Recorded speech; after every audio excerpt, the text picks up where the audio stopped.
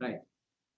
So we start off with the famous Kural, which says, Urudundu Varvare Varvar, Matrellam Toyudundu Pinchalvavar. This is the 1033 Kural, comes under a specific section dedicated for agriculture. It's called Urava Adigaram. In English, it means that farmers that provide food for self and others are the ones that truly live.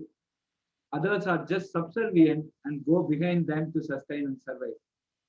And with this very, very noble thought, let us start this major venture, uh, what we call as the RASA, the Regenerative Agriculture Stack Architecture, the Indian RASA, the Bharat RASA. Now, before we proceed, you would have seen the logo of named Pravartak. I want to just spend just a minute to explain you what is IIT Madras Pravartak Technologies Foundation. The Department of Science and Technology, Government of India, under its national mission on interdisciplinary cyber physical systems, has sponsored, has funded close to 27 technology innovation hubs across the country. These innovation hubs are currently hosted at the IITs and IIITs, and IIT Madras is hosting a technology innovation hub specifically in the area of sensors, networks, actuators, and control systems. We call it SNACs. So this technology innovation hub is hosted by IIT Madras, and its venturing, its motivation, its motto, its objective is to build smart solutions for the next smart generation, catalyzing the revolution. The entire RASA will be coordinated by the IITM-Pravartak Technologies Foundation, which is the Technology Innovation Hub of the DST-funded National Mission on Interdisciplinary Cyber Physical Systems, under the able guidance of Dr. Vijay Kumar, whom I will be introducing very shortly. About RASA, I am just giving a quick background, and there will be much more which Dr. Vijay and this very, very well educated team, a team which has actually worked on the field, is going to explain to us. But RASA, what we are talking of is to find effective solutions for the kitchen to farm or farm to kitchen process, right? And this is going to be highly interdisciplinary. We are going to have, I'm just listing out wide imagination of what are the things that can go into this farm to kitchen process. We may have image processing, we could have robotics, drones, sensors, actuators, farm devices, photonics for sensors, RF-based sensors. You could have low-weight, highly durable composites which can be used for your plow and other equipments in the farm. So this is all, if I take all the departments of any of the IITs, I think they have a role to play here. And then very importantly, we need to connect the farm. The digital divide has to be broken, and then there is a need for good networking, reliable networking that forms a very good case study for the 5G that we are talking of. And then, of course, comes out the basic data collection and analytics, the AI intervention, and finally the digital market, bringing in a lot of management type of things. So we see IIT Madras has 16 departments, and I see the role of every department in this type of enablement. Now, with this, what are we trying to do in this effort is to understand the pain points. A lot of things are going to be explained here. We are going to look at pain points in pre-cultivation, pain point during cultivation, post-cultivation, and then while the growth point, and then the harvest, post-harvest, how do we store, then how do we market. So what are all the pain points the farmer faces, the consumer faces, and how are we going to bridge it by certain technology and practices and processes is what this all RASA is about. And Vijay Kumar, Dr. Vijay Kumar will be taking it forward. Now, I want to take some time. I'm going to spend 2 minutes to read this beautiful biodata of Dr. Vijay Kumar. I think this biodata will essentially lay the track in which this RASA is going to go. Dr. Vijay Kumar is the Executive Vice Chairman of Rythu Sadhikara Samstha, an organization for empowerment of farmers, Government of Andhra Pradesh, leading the Andhra Pradesh community managed natural farming. A physics honor student and an MBA from Faculty of Management Studies, Delhi University, he joined the government in 1983 in the Indian Administrative Service. Allotted to Andhra Pradesh cadre, in his 37 years of government service, he has spent about 25 years in large-scale community mobilization and promotion of livelihoods of rural women, tribal communities, and farmers. He spent a record 10 years, 2000 to 2010, as CEO of Society for Elimination of Rural Poverty in Andhra Pradesh and led the mobilizing and empowerment of 11.5 million rural poor women into thrift and credit-based self-help groups and their federations to enable them to pursue multiple livelihoods and come out of poverty. From 2010 to 2015, he was the first mission director of the National Rural Livelihoods Mission, Government of India.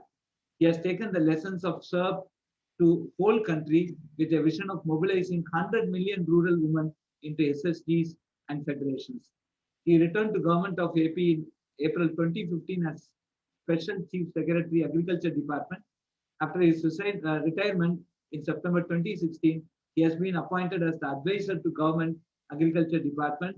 For the past 5 years, he has been leading the climate resilient AP community managed natural farming, also known as zero budget natural farming.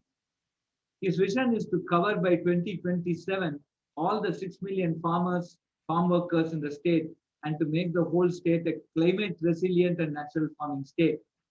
Renamed as Andhra Pradesh Community Managed Natural Farming in 2020, he is currently serving as Executive Vice Chairman of the Ry.S.S, the program.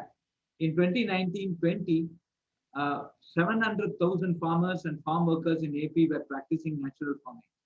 This work builds on the large-scale mobilization of women in the state from the year 2000.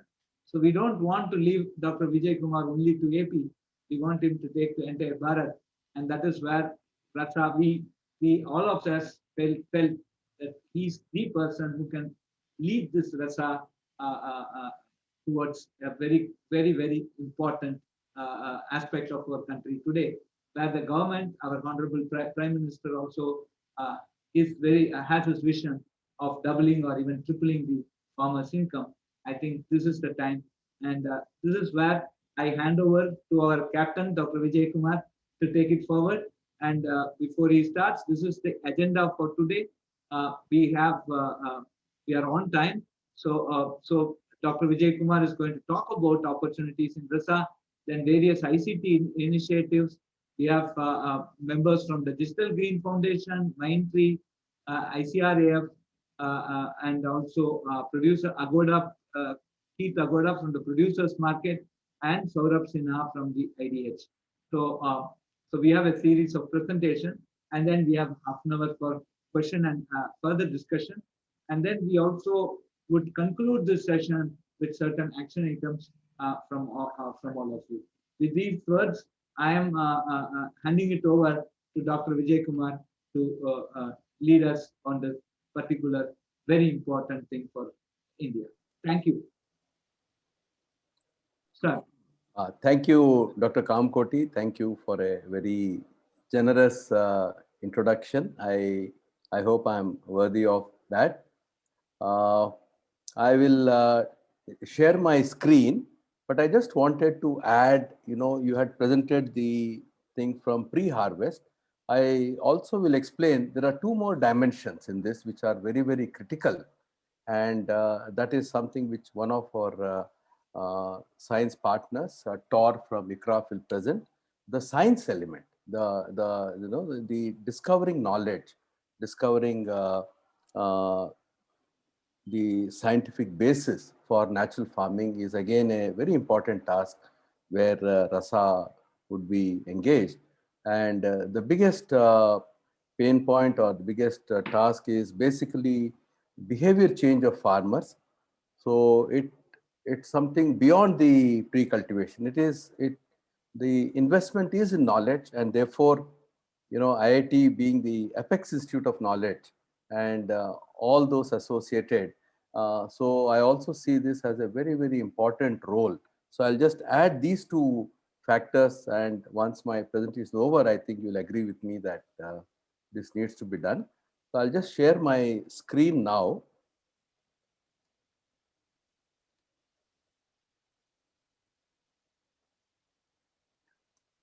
Uh, I think just before I start the presentation, I just want to play one lovely video. It's a 3 minutes video made by a Grammy Award winner for us. So I thought we can start with a very, very nice but a brief video. This is by Ricky Cage. He's a Grammy Award winner. He made this for us. Sir, you have to. Yeah. Is this audible? Yes, sir. Yes, sir. Yes. Yes.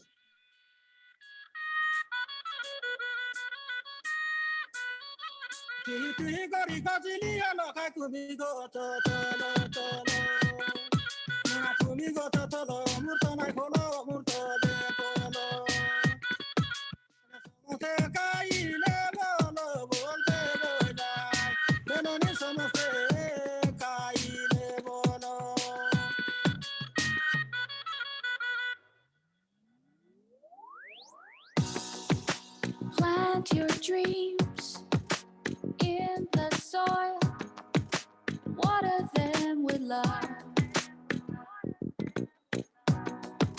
Living in harmony is only natural.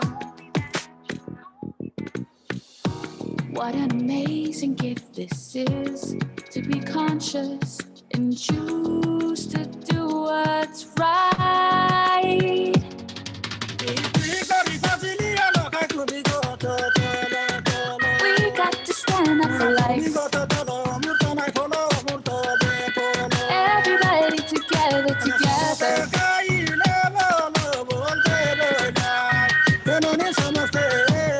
Time to make it right. Time to make it right. No more looking back. Times have been dark, but only so we can see the light. Now we've learned together that nature knows best. She's everything we need. What an amazing gift this is, to be conscious and choose to do what's right. We got to stand up for life. Everybody together, together, together.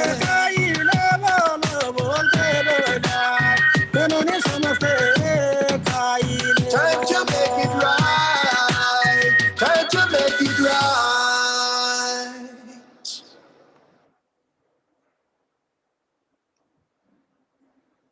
Yeah, I'll now share my presentation.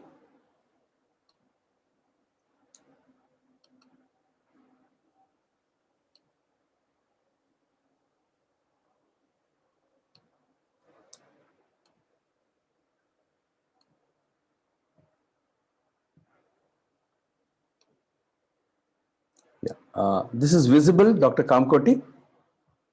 Yes, sir. Okay. Yes.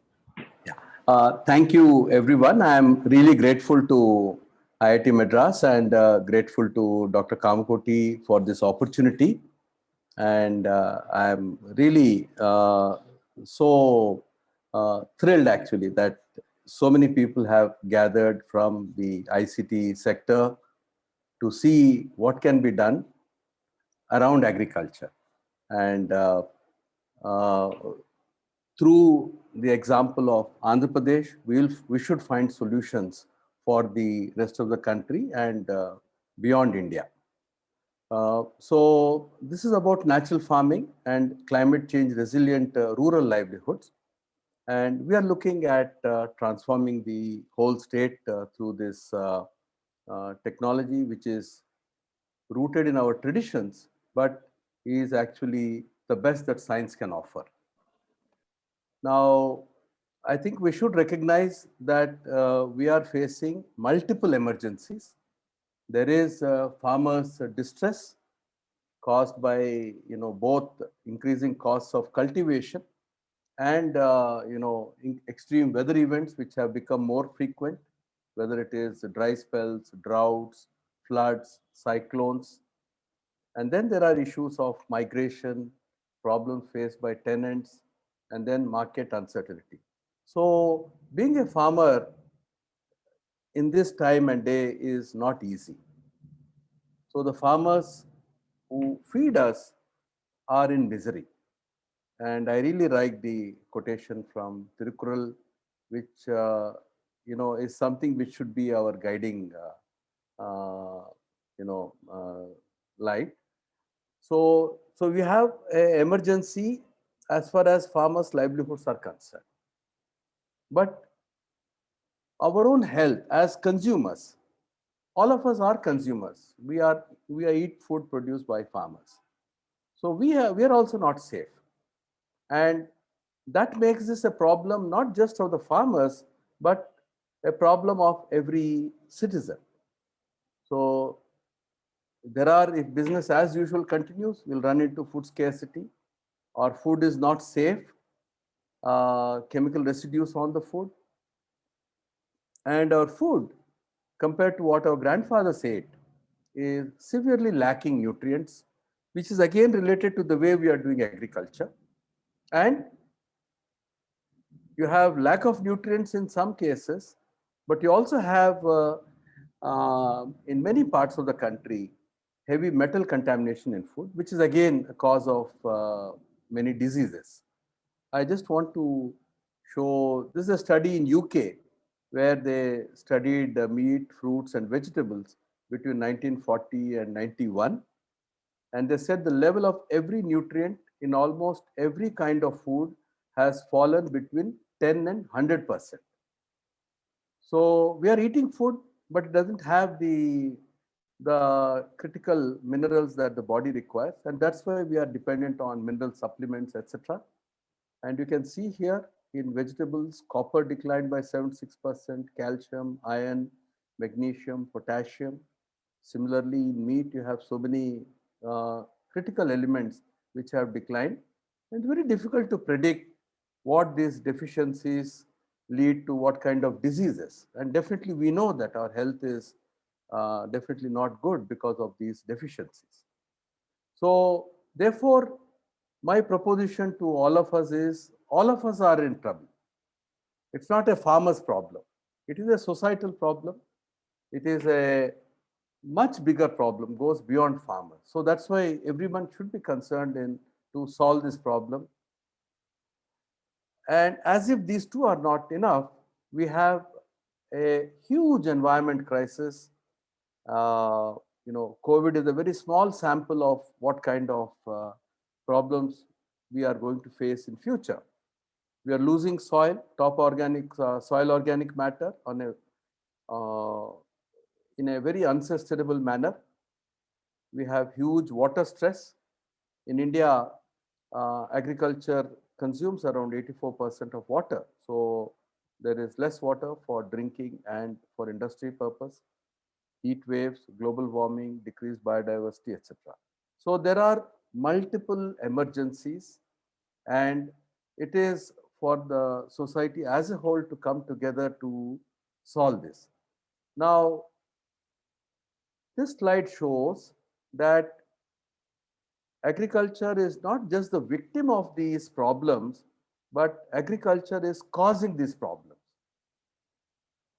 So worldwide, food systems, that means the entire value chain that Dr. Kamkoti pointed out, from pre-sowing till consumption, as what they call as farm to fork.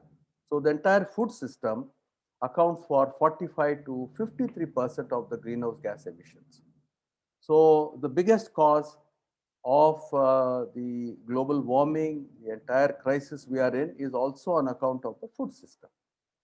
And what are those dimensions in the land management system which are driving this climate change. And we have these factors, whether it's deforestation, forest fires, burning of crop residues, ploughing itself, keeping lands fallow, overgrazing, excess irrigation, wind and water erosion, and over the last 60 years, 70 years, world over, the use of biocides, chemical fertilizers, synthetic fertilizers, and pesticides. So this is a very important thing for us to understand, that agriculture itself, the way we are practicing agriculture, is the biggest cause of climate change. So we are in a very unsustainable situation. Now, is there a solution? And I hope by the end of the presentation, I would have convinced you that yes, there is a solution, and it is something very simple. So I just want to quote from Bill Mollison, who is also the father of permaculture movement. Though the problems of the world are increasingly complex, the solutions remain embarrassingly simple. So what is the solution? And as that song by Ricky Cage showed, says that harmony with nature. So the most profound and the simplest solution is, farming in harmony with nature. And my proposition is that this is a very powerful solution, and again a very simple solution, a solution in the hands of our farmers. And so what we are practicing in Andhra Pradesh, the natural farming, is what's also known world over as regenerative agriculture, and it's receiving a lot of attention as a solution to climate change. So it's not just climate change, it meets all the other concerns also. And it's basically leveraging the power of photosynthesis in plants. And that is the basis of this. So all of us know that photosynthesis is the basis of life. And that is also the only way by which carbon dioxide in the air is getting into the plants, into the roots and soil.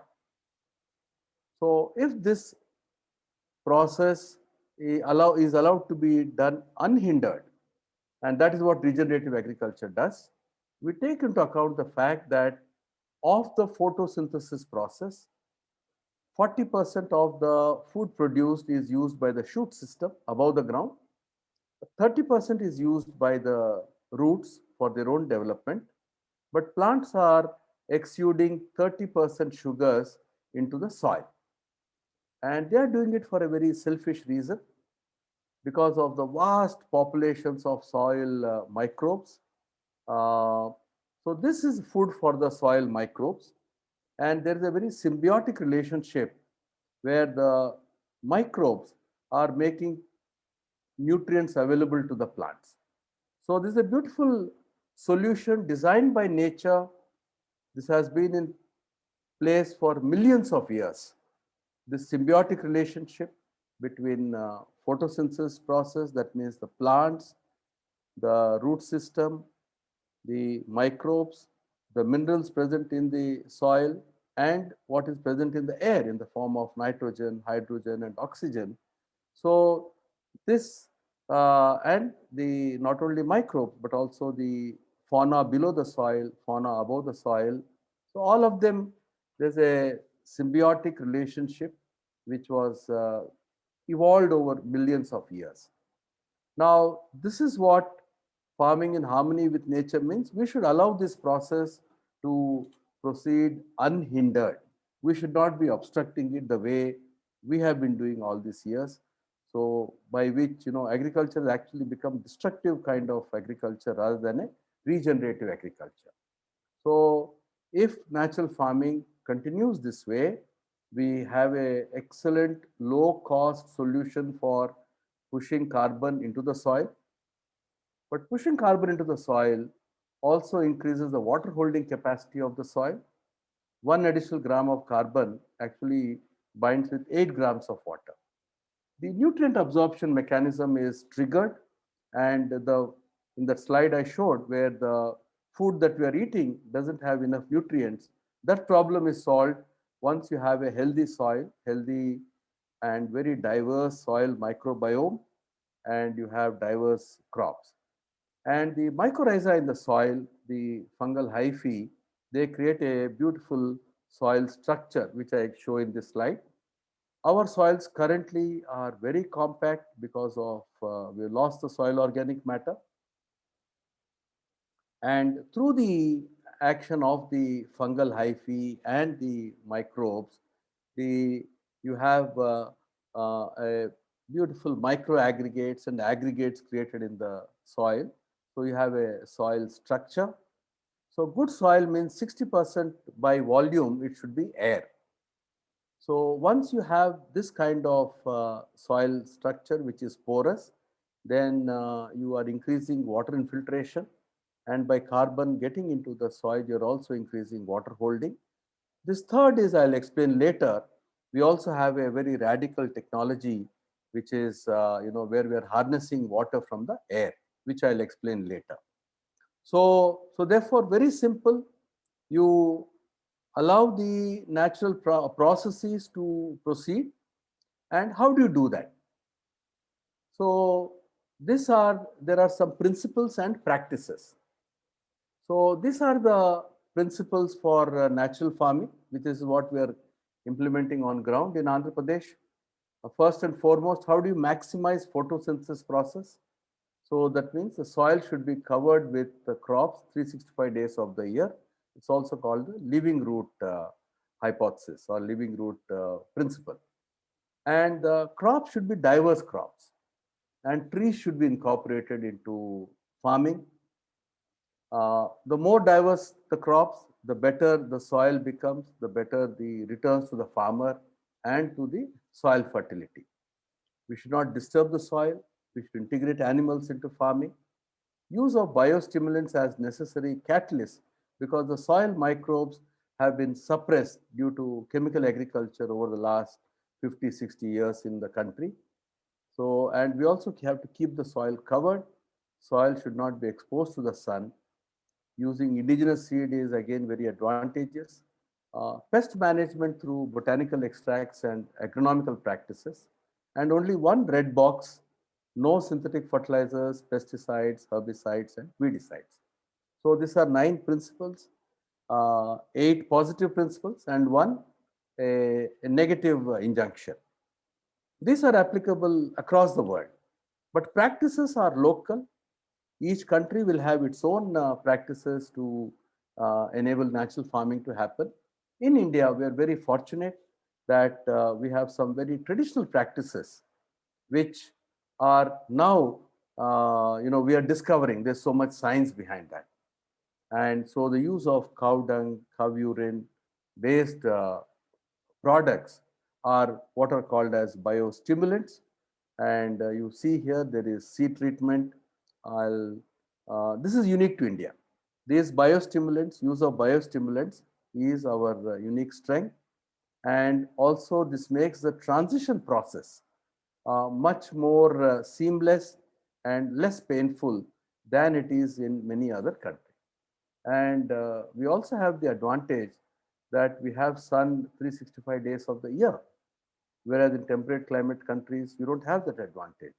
So we have many advantages, and this traditional practices which have been modified, which have been in the modern word, called hacking of our traditional practices to meet the new requirements has enabled. So these biostimulants are really unique in our agriculture system.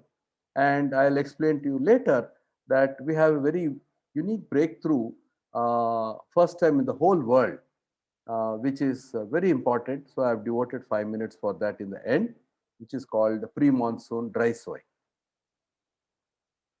Now, this is our first principle, keeping the soil covered throughout the year with multiple crops.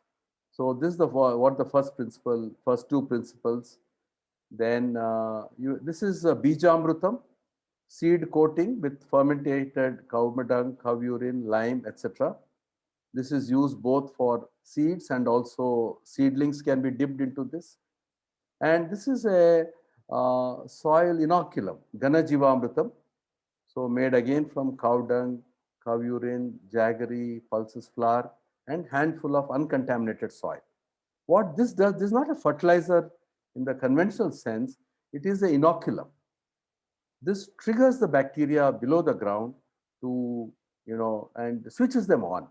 So science has not yet, it's not yet clear how this mechanism works, but through practice, we know that it works very well in catalyzing the microbial diversity, microbial quantities, microbial populations in terms of quantity and diversity below the soil, which are again critical for the whole food web to operate. And this is a liquid biostimulant. So this is done twice during a crop cycle, once before the crop is sown and one as a top dressing during the reproductive phase. But this is, depending on the crop, it may be sprayed once a week or 10 days or once a fortnight. So this liquid formulation, it's applied to the root zone and also as a foliar spray. And we have just started work on indigenous seed. We are now discovering that these have tremendous medicinal properties, and we have neglected them for a very long time. So we are now slowly reviving traditional seeds in rice, millets, pulses, oil seeds, vegetables. So this process has just begun, but this is also extremely important in the context of regenerative agriculture. Uh, so yeah, now that is the theory. Where are we? So we started this 5 years ago with around 40,000 farmers and 700 villages. And this year we plan to reach out to 1 million farmers and farm workers in 3,730 villages. So this is our, in a very short period of time, we have been able to scale it up from 40,000 to 1 million, about 25 times in 5 years. Currently, this is also the world's largest agroecology program in terms of number of farmers, not acreage, because Australia, USA, Canada, a farmer may have some 10,000 hectares, 20,000 hectares. So this is number is in terms of number of farmers. And there's a lot of global attention on the way in which we have been able to scale up. I'll also touch briefly on how we have scaled up and how we see the involvement of RASA in helping us in scaling up. So then what about the results for the farmers, economic results? So we have taken for 9 crops, which account for 78% of the area. All the important crops are here: paddy, rice, groundnut, cotton, etc. So we've done, large scale. This is perhaps the largest in size also worldwide. Randomized experiments in crop cutting experiments through an independent agency. And we find that there is no yield penalty. In many cases, the yields are higher in natural farming. And as we can see here, out of 9 crops, 7 crops had higher yields or similar yields. Only in 2 crops was the yield lower. But this is also a transition issue. But the cost reduction is very significantly lower in all the crops. And as you can see, paddy, there's a whopping 20% decline in the cost, cotton 36%. And as a result, the net income of farmers is higher. So in all the crops, one small aberration is maize, where there's a small decline in 3,000 rupees. But in all other crops, you can see 20,000 increase in paddy, 10,000. Chilies is a whopping 1,27,000 rupees. So the net incomes of farmers are very positive, and these are the early days of transition. And farmers report that year after year, they're able to see that yields are stabilizing, increasing, and costs are declining year after year as the soils become more fertile. But in addition to yields, the resilience. This is flood resilience. We had tremendous floods this year, but even after 10 days of submergence, the natural farming field was intact. whereas the adjoining field grown with chemicals was totally destroyed. Today also in the afternoon, I was talking to a group of farmers who, the farmer who practiced natural farming got about 52 bags of paddy, but his neighbors, because the field was submerged, so they got only 20 bags. So the resilience is going to be very important when climate change becomes more intensive. And this is again a neighboring field. In addition to that, there are other huge benefits which cannot be quantified. It's about biodiversity, more earthworms, birds, insects, pollinators. So their services are invaluable. And we also are looking at those who are the most vulnerable households, landless farm workers. How do their lives improve by coming into natural farming? So we have multiple interventions for them. But first and foremost intervention is, a homestead garden or what's called as kitchen gardens. And this was a blessing for them during the COVID crisis because they had adequate quantities of vegetables in their own house and vegetables free from chemicals. So these are the different pictures of these homestead gardens. And this is for me one of the most important interventions because it directly enhances the quality of life for the most vulnerable people. With this, we are also going to the schools and Anganwadi centers promoting kitchen gardens in the compounds of schools and Anganwadi centers. Now, this is very interesting.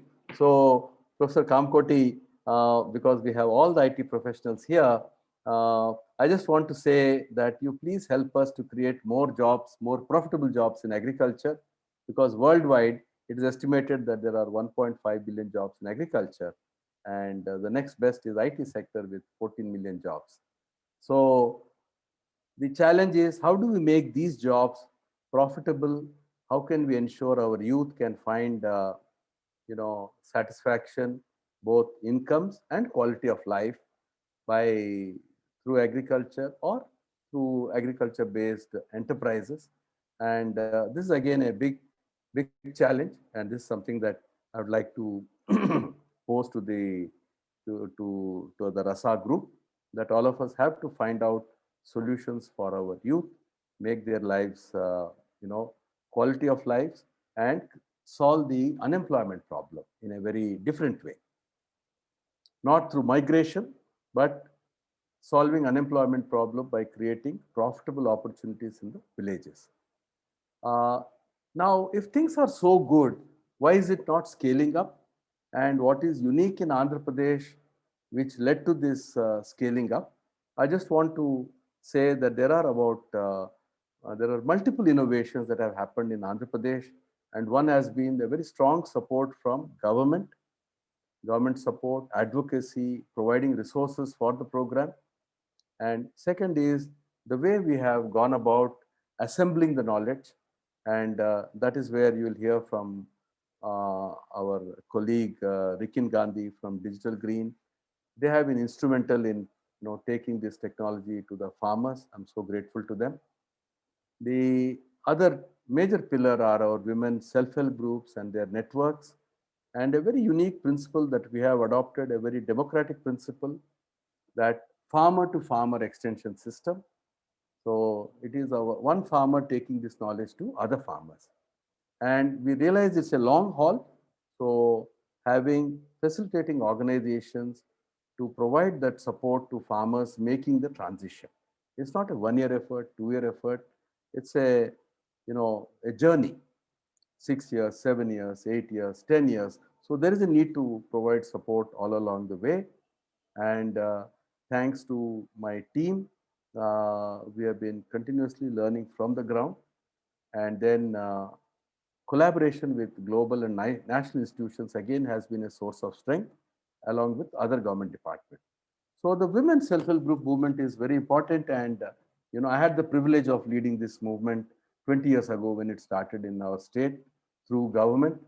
And I am reaping the consequences of that effort between 2000 to 2010. And at that time, Andhra Pradesh was the leader along with Kerala, along with Tamil Nadu, in taking the women's self-help group movement across the country. So this is really helping us.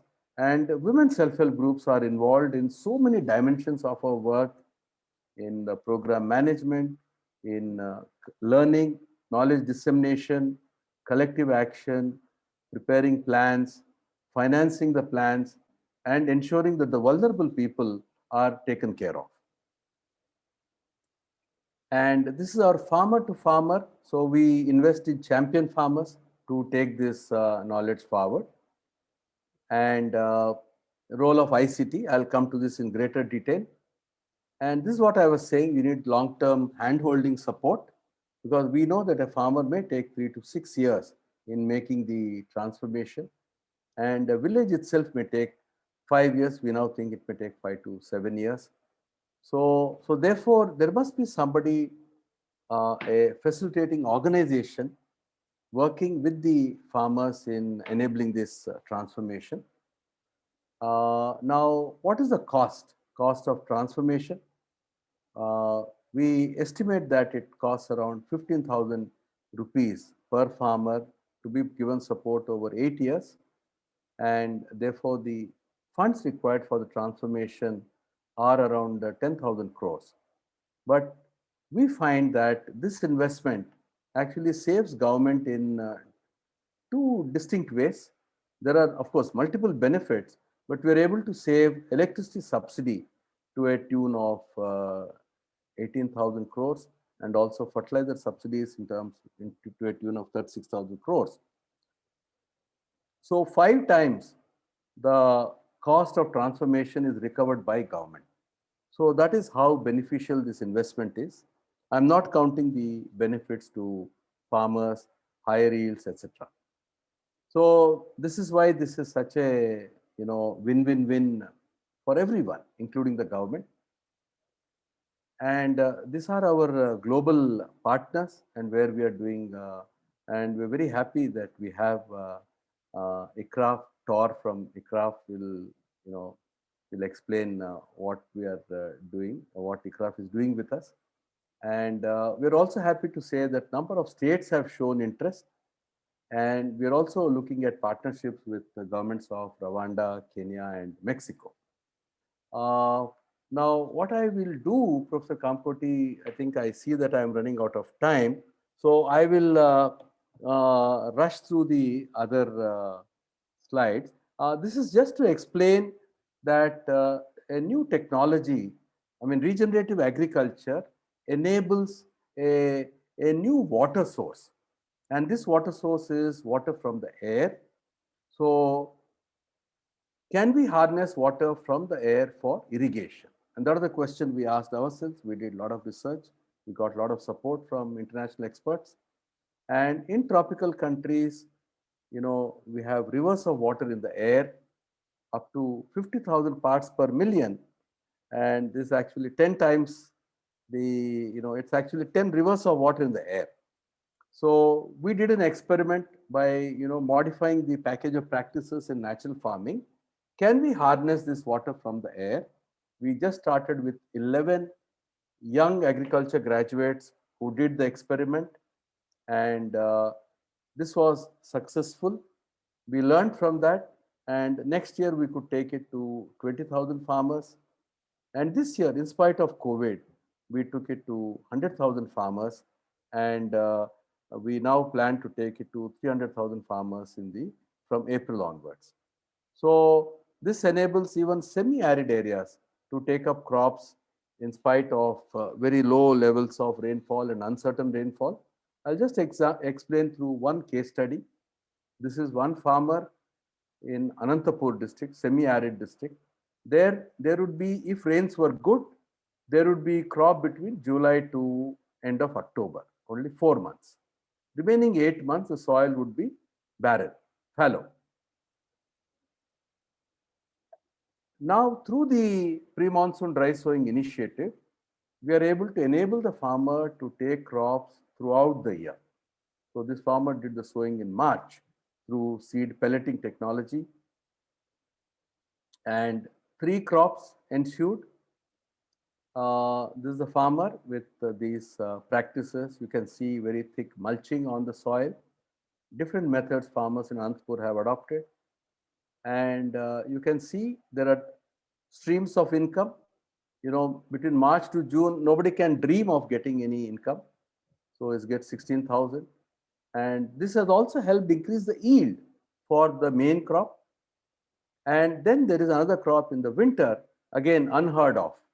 So this farmer could actually more than double his income through this intervention. So Honorable Prime Minister's vision of doubling farmers' income, we believe very strongly that regenerative agriculture can do that. And, you know, it is not difficult at all. And now, this is an aerial view of his field right now in December. You can see how green it is. Now I would like to pose the questions that we have in mind and which will be elaborated by my colleagues. So first dimension is the knowledge dimension. So we have, you know, 600,000 farmers. We also have 100,000 lead farmers, 3,000 our champion farmers, and again higher order champion farmers. So building their knowledge is again one big challenge, and this is something where I look for partnerships with in RASA to crack this. To me, this is the most important issue is around knowledge. The second dimension is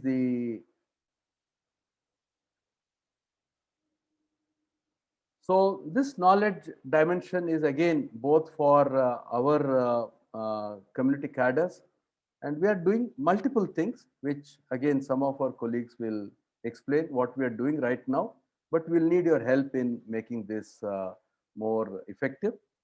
So we have a training architecture for our community cadres and also farmers, but obviously that can be improved, and that is a big challenge.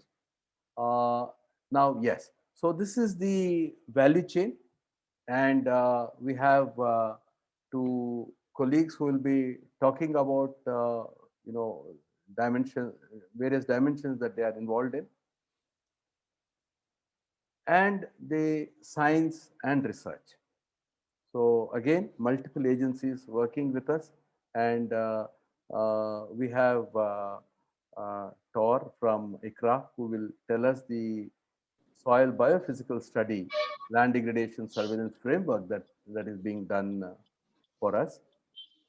And we have Prashant from Mindtree and Murli together.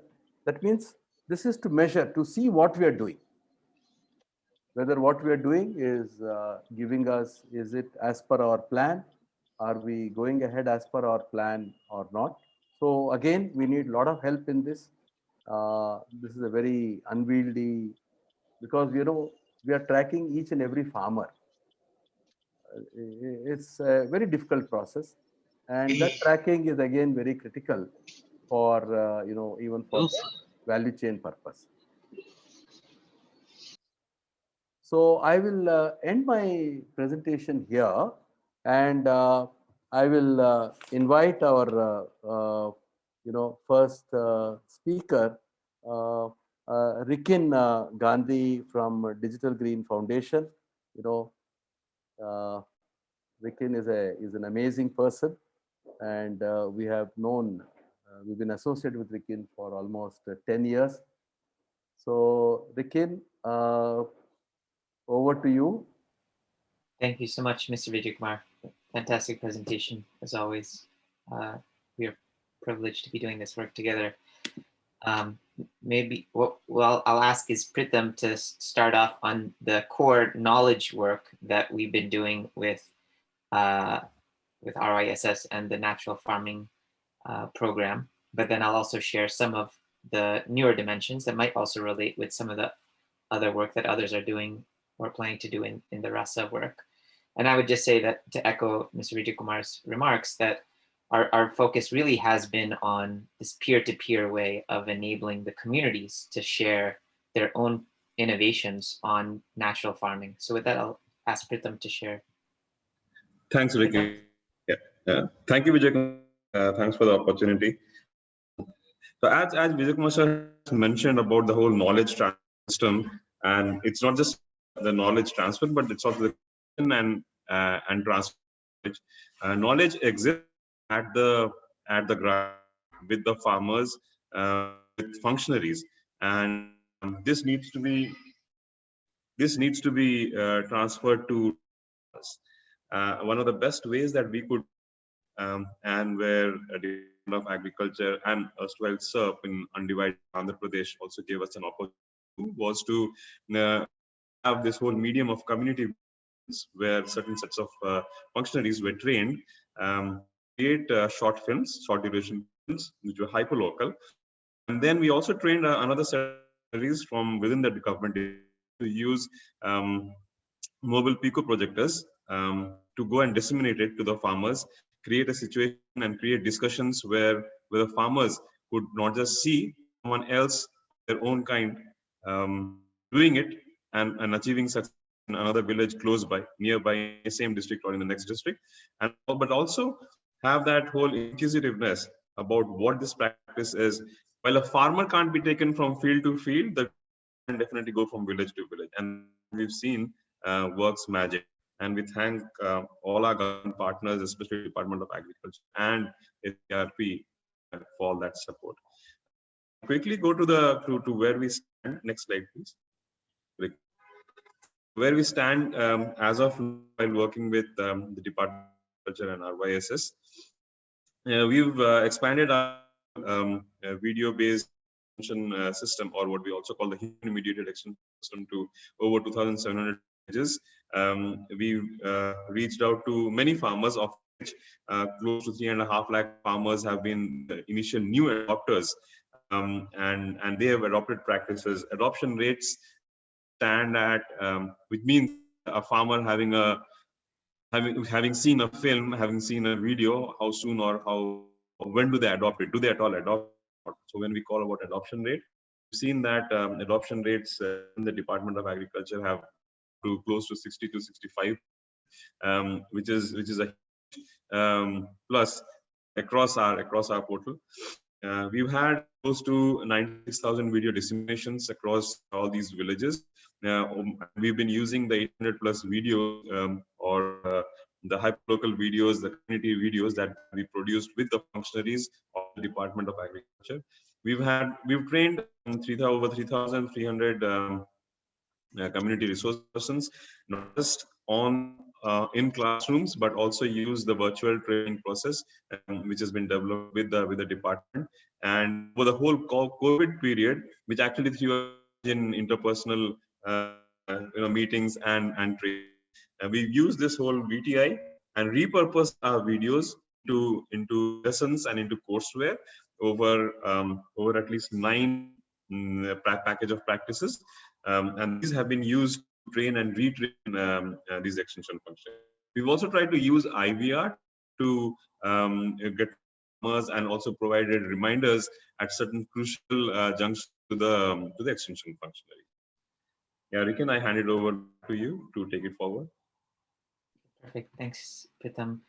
And as this work has been taking place with Ry.S.S, a lot of data has also been generated from the farming communities and the field functionaries themselves about which individual farmers are being exposed to which videos, what questions or feedback do they have, what practices do they apply or not apply from one season to the next, and how does that also inform sort of new innovations or new practices that are featured on these videos. And so that work of seeing all this data for now more than 400,000 odd individuals in Andhra Pradesh has had us think about how can this data be better shared. There's a whole set of organizations, including many of you on today's call and others, that Ry.S.S and these farming communities themselves are interacting with. And the typical model of how data is consumed and shared is one that is very locked in, that an organization just keeps it within their own data silo. And over time, these organizations become all the more powerful because they end up aggregating all of these farmers' data, and the farmers themselves have little claim on it, nor are able to actually realize the maximum value for it for their own benefit. And so that's where we've been working on an open source data sharing protocol that we call FarmStack. And the typical way that one thinks about data sharing tends to be very binary. Either I share data with somebody, and when I do, I basically lose control over that data. They can essentially, that third party could store the data, forward the data, use it for essentially any purpose, or I don't share the data and I just keep it to myself. But of course, there's opportunities to think about how there could be more nuance to this, wherein perhaps I'm willing to share my data with a third party, but for a pre-specified purpose or a pre-specified application or duration, or in an anonymized fashion. And that's what FarmStack essentially enables through peer-to-peer connectors between a data provider and a data consumer to give consent to sharing their data in the first place, and then setting these data protection rules that might also exist in legal form, but then are enforceable in software so that the data consumer has these certain restrictions applied as per what the data provider had set in advance. And what we believe is that this sort of architecture, a very distributed, decentralized architecture, wherein farmers, farmer producer organizations, government agencies, NGOs, private agri-tech startups, each of whom might be storing data in different types of infrastructure, whether it is on cloud or whether it's on a local device, that they're able to establish these peer-to-peer connectors with one another, with the codification of these data usage policies that set the terms of use in an enforceable fashion in software. And that can then power a multitude of different types of applications. To give an example of one that we're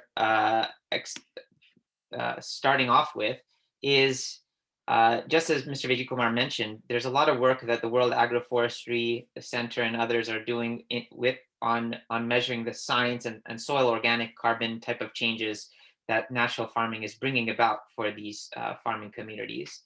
We have all these libraries of videos, which are all public and available on YouTube, as well as various websites of ZBNF, as well as Digital Green.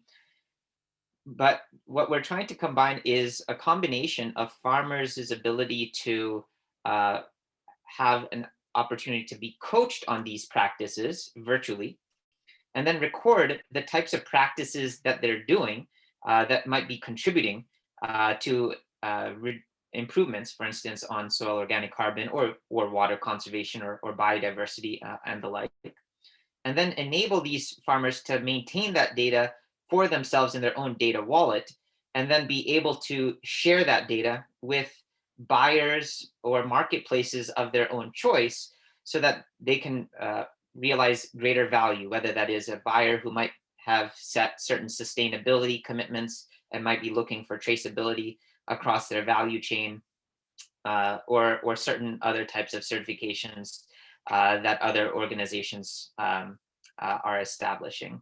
So just maybe if there's time for just a 3-minute video, I just want to have an opportunity to just show how this looks in practice.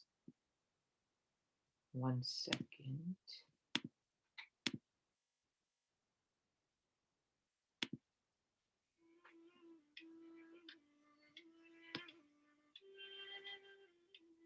Sadhikara is a chili farmer from Bihar in India who is part of a farmer-producer organization that meets regularly to watch Digital Green's videos on good agronomic practices. She has been struggling to find buyers and to sell her crop at a good price. To sell her crop, she needs information on potential buyers and what they demand. But proprietary data on demand rests with buyers themselves, who either don't know how or are unwilling to share it without data protections. Let's call this node 1. Buyers need information on farmers like Savita and her chili supply. But Savita lists the production and harvest plans with a local producer organization, which does not have easy ways to share this personally identified data without compromising privacy. Let's call this Note 2. We need an easy and secure way to exchange data across these nodes. Let's explore one example of a use case for FarmStack. Imagine a digital marketplace called Rythu that uses WhatsApp chatbots to connect farmers with buyers. Loop requests supply and demand data from both the nodes via FarmStack. Producer organizations and buyers each define their own usage policies. Can the sound be increased, Rikin? Requires privacy and anonymization for Rikin, you can share with the share computer audio. You can just stop again, share it with. When you are sharing, there is an option to share with the audio. In this way, we get access to the location, quantity, and the quality of the chilies Savita wants to sell, along with photos and videos of a crop to build an online catalog. At the same time, we also get data on the quality and quantity of chili that buyers demand.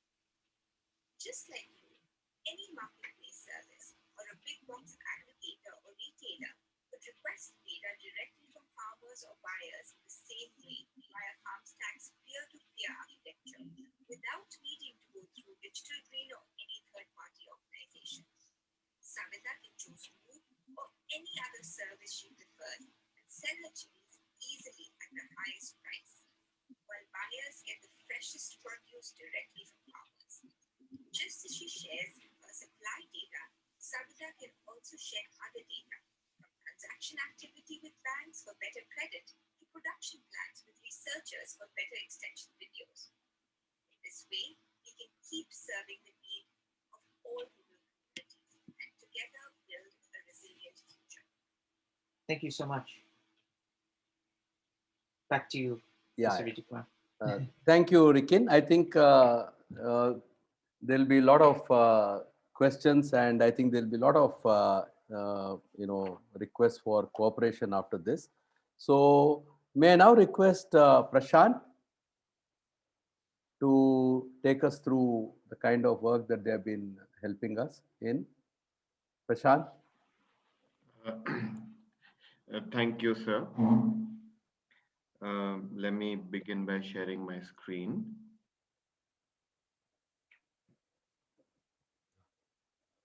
Hi. Good evening, everyone.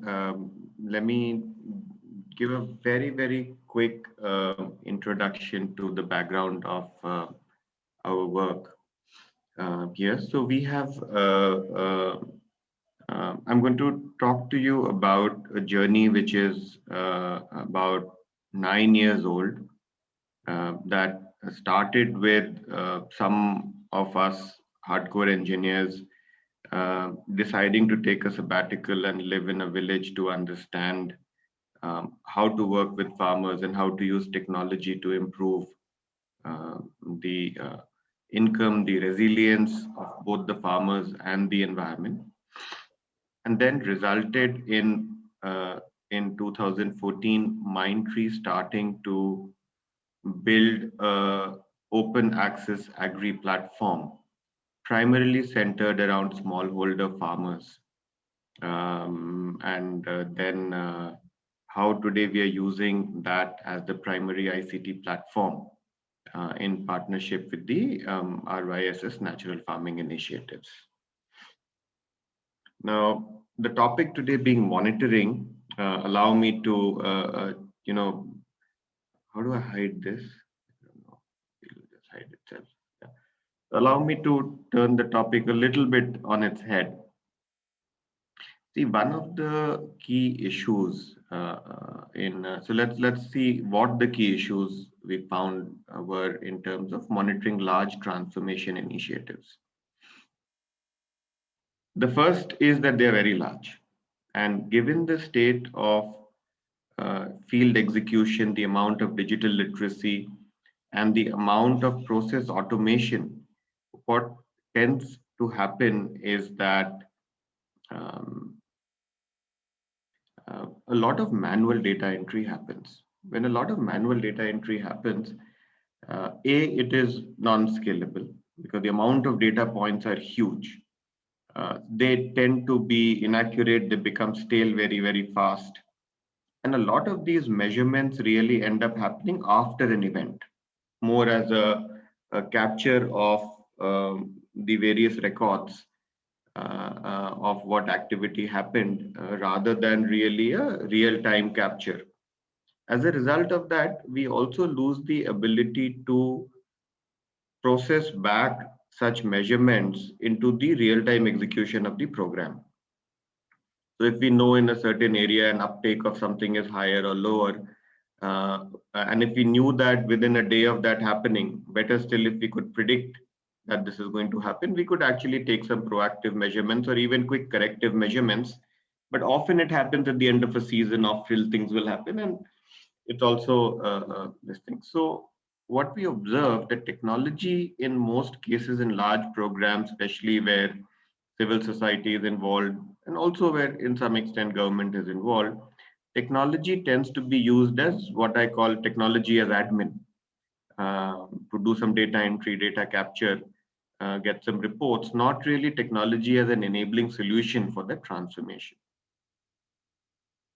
So on this basis, I think about 3 years back, roughly the same conversation I had with Vijay Kumar sir and Murli.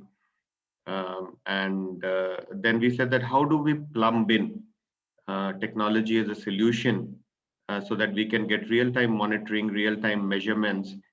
And we said the way to that is to enable process flow happening through technology and not just monitoring. If you digitize your processes, they will automatically become measurable. And then one will be able to do real time.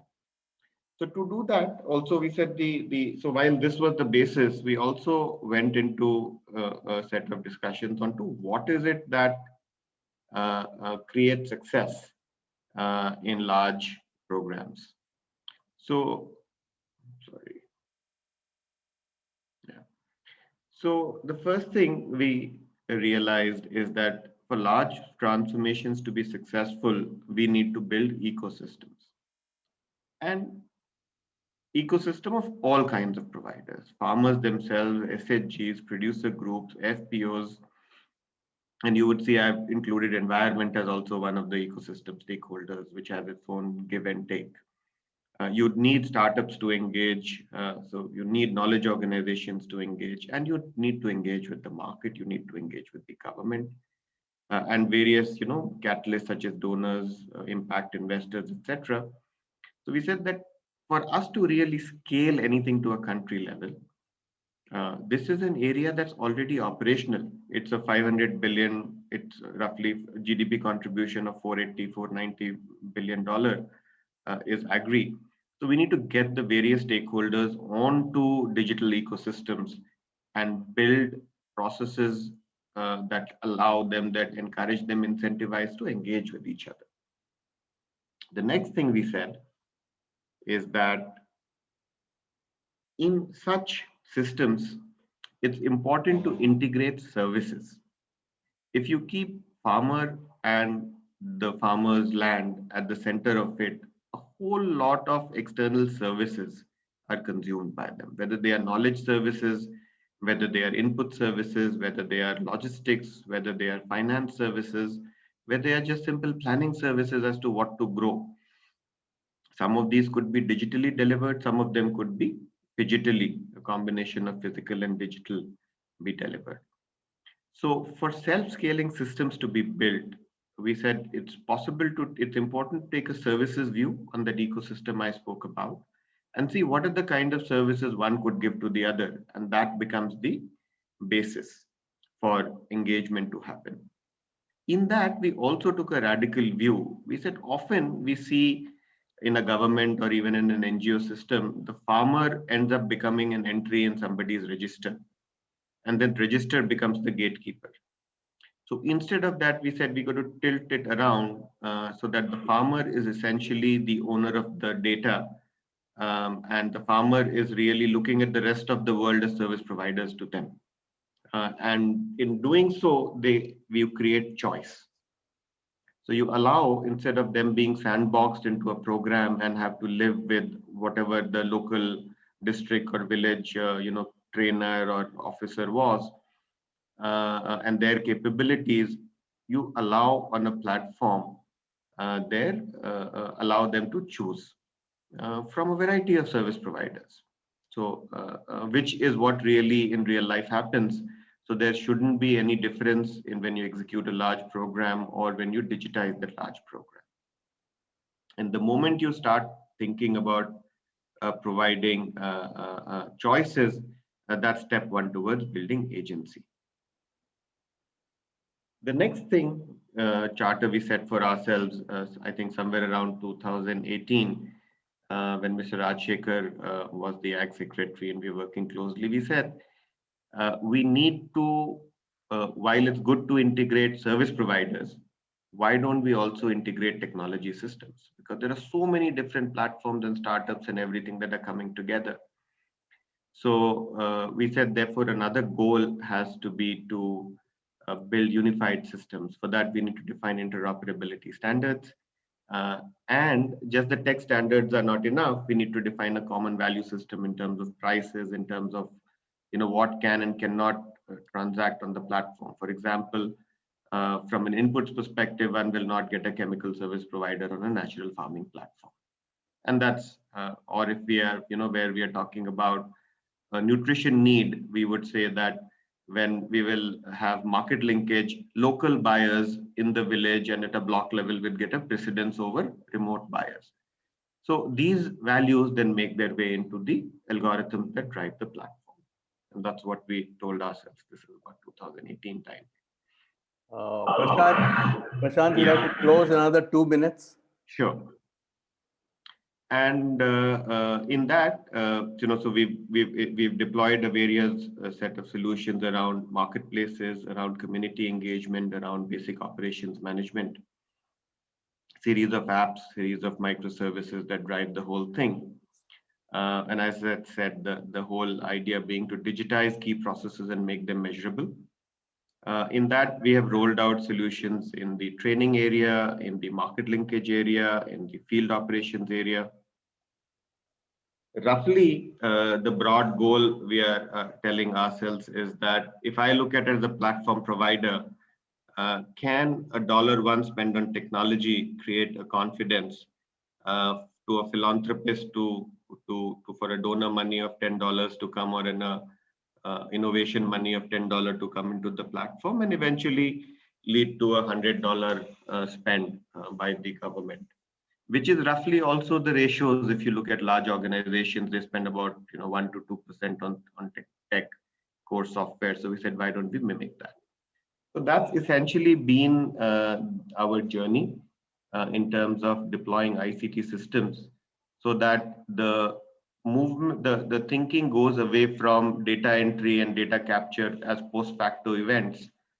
Instead, we give live solutions that enable digital processes, and then we do measurements in real time while building ecosystems from stakeholders which are outside the program, and not really have a view of only make it an internal focused digital initiative, but really build ecosystems with the local and remote folks. So I'll take a pause now. Thank you, Prashant. I'm sure there'll be a lot of questions, and we wait for the question answer session to, pull out more from your brain. Sorry for, we're running out of time, so that's why I had to step in. Now, can I request Tor? This is some outstanding work which is happening in terms of establishing how natural farming is good for the environment. Tor? Hi, Vijay. Thank you. Thank you. So, we're not able to see you. Yeah, that's right. Yes. And Tor, please go ahead. Yeah, thanks. So I hope you can see my screen.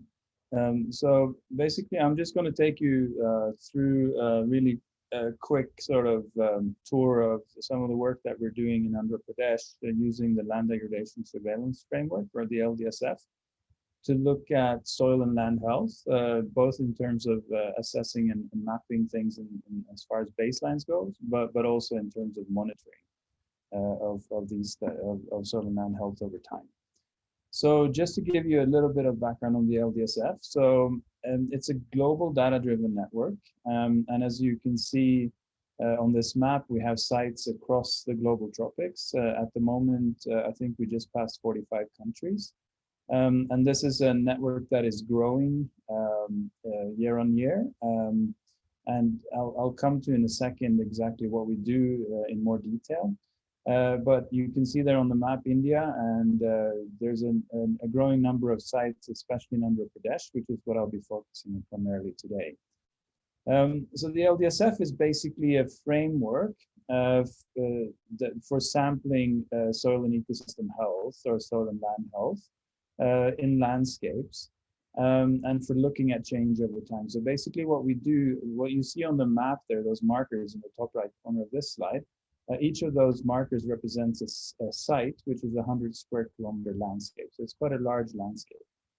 Within that site, we have clusters that we stratify and randomly locate.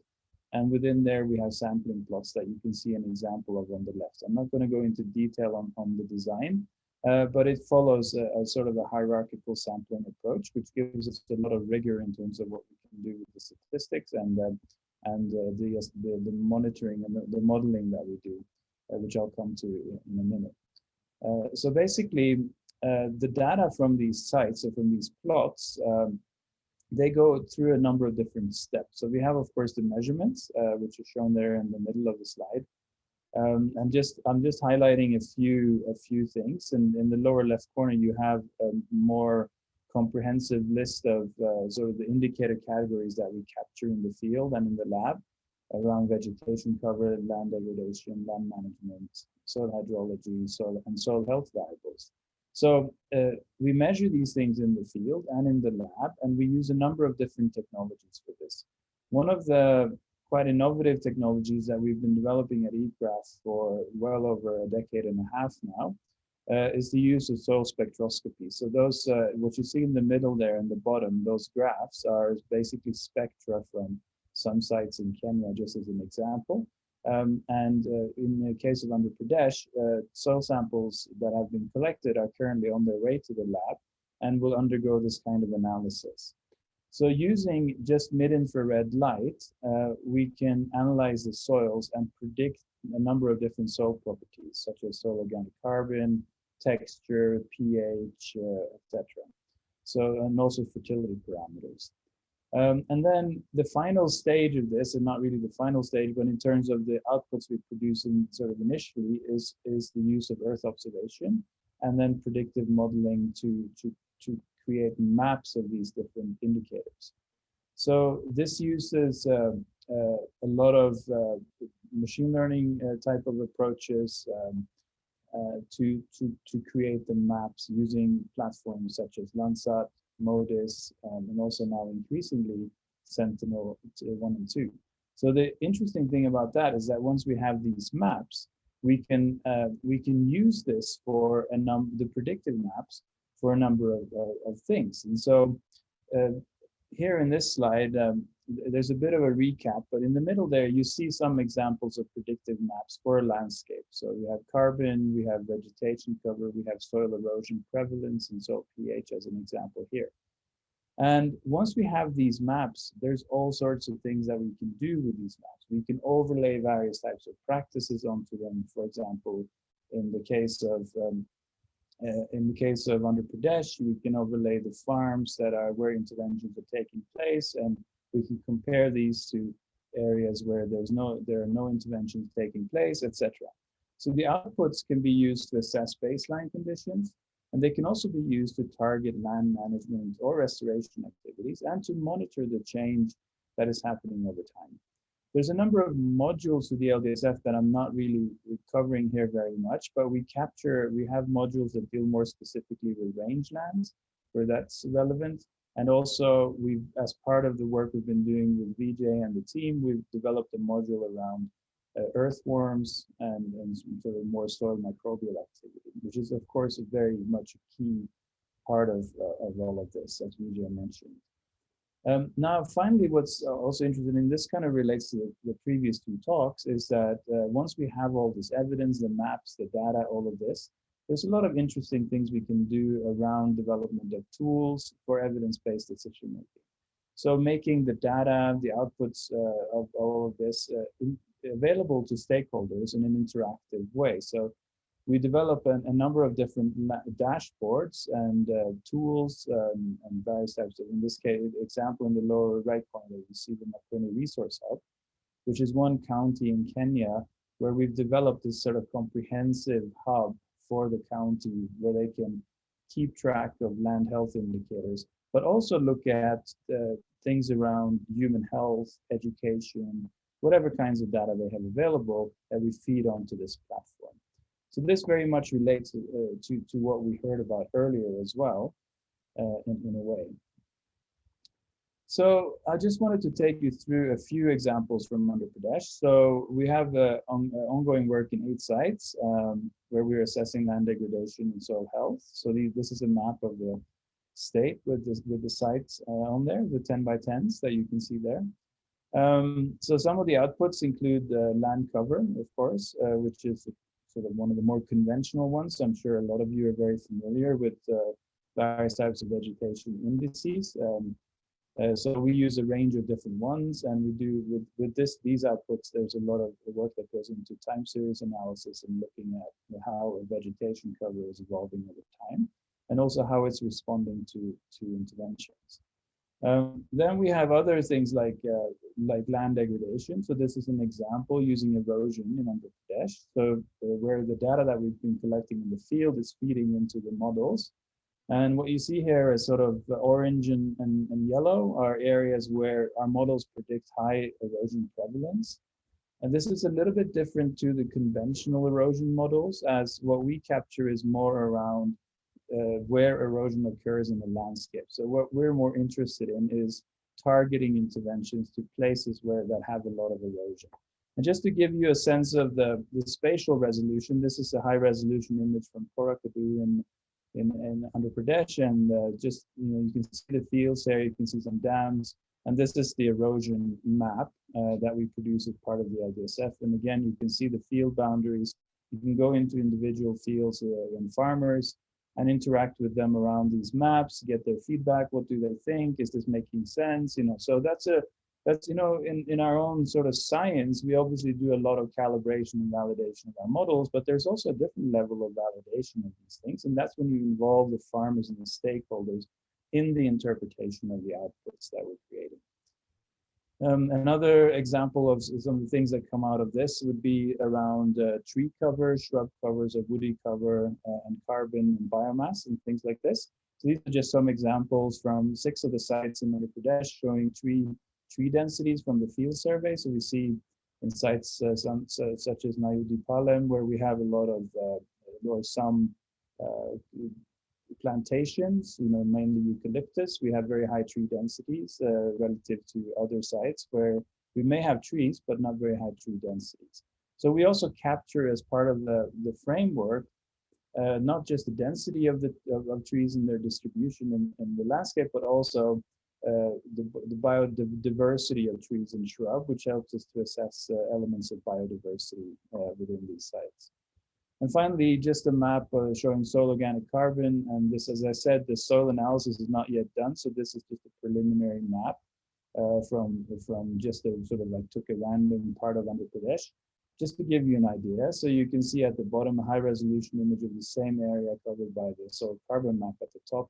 And again, just, give you a sense of the spatial resolution. And as you can see, the arrow there just indicates the points on the 2 maps that sort of where you have the high resolution image at the bottom and the corresponding carbon at the top there. So using this and then by combining, sort of coming back to some of my original points, by combining multiple indicators, we can start to really create a rich picture of what is going on within these landscapes. So what are the key constraints? what are the not just sort of what they are in terms of indicators, but also where they are in the landscape. So spatially explicit, we can look at it in that sense. And that helps us to target interventions better and also to more effectively monitor change over time. So Vijay, thank you very much. That's what I had today. Thank you. Thank you, Tor.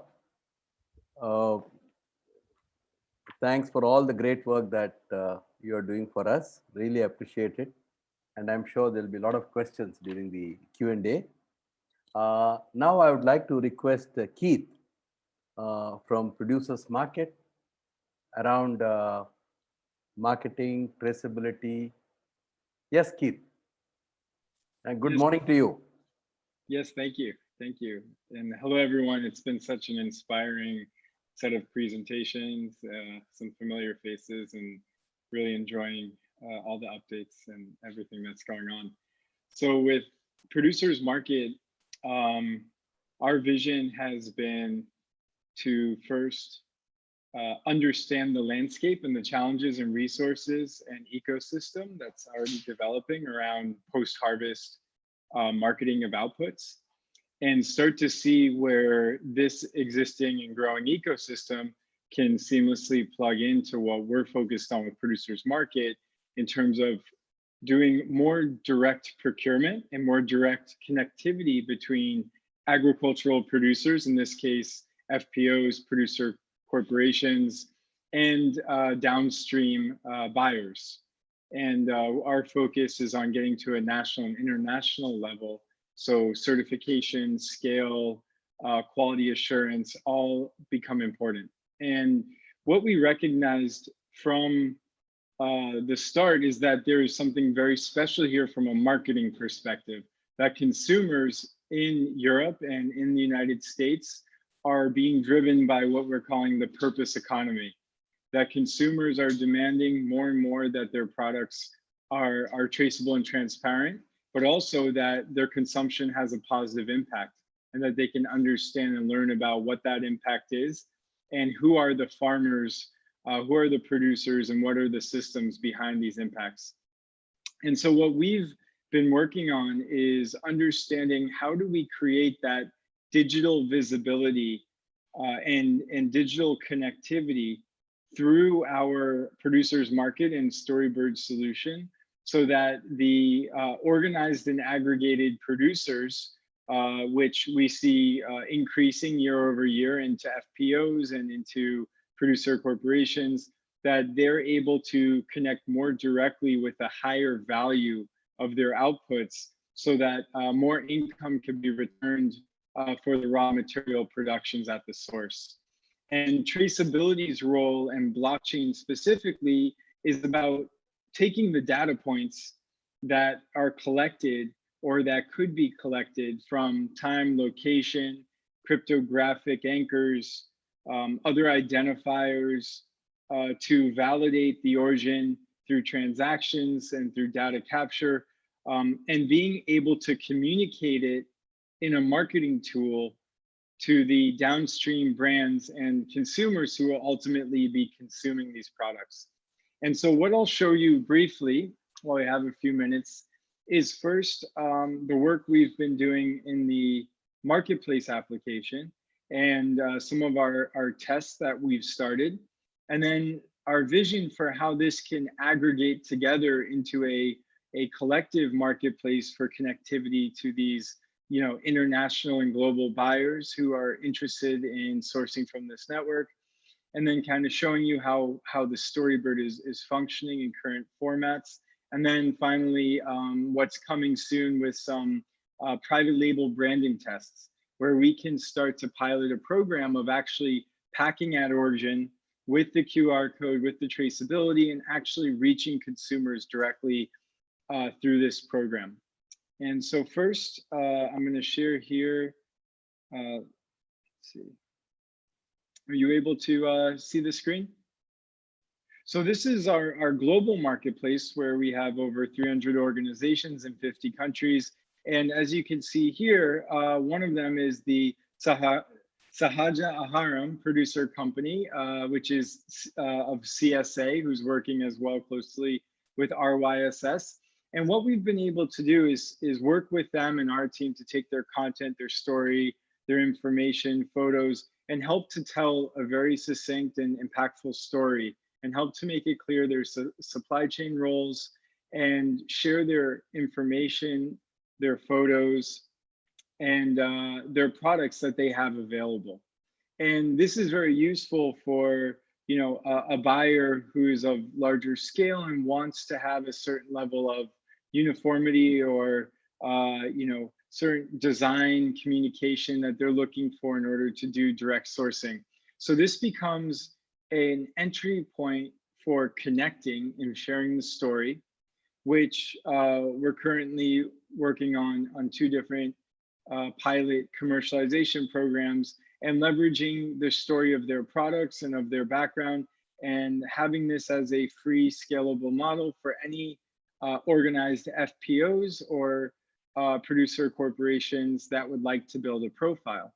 Now, what we've been working on the last 6 months, and we're gearing up to launch a pilot next month, and we'll be updating the branding and some of the content. This is more for a design show, where we could actually organize groups of producers within one region or within one group, in this case, the community natural farming, and building in the validation levels with the other stakeholders who are collecting data, who are tracking outputs, and being able to verify and validate who indeed is part of this movement, and being able to organize the products and the producers into one organized subdomain, so that we can make it really simple and easy for buyers, whether it's nationally or internationally, who want to participate and connect to this movement, to be able to organize this through a point of contact that would go directly to the source,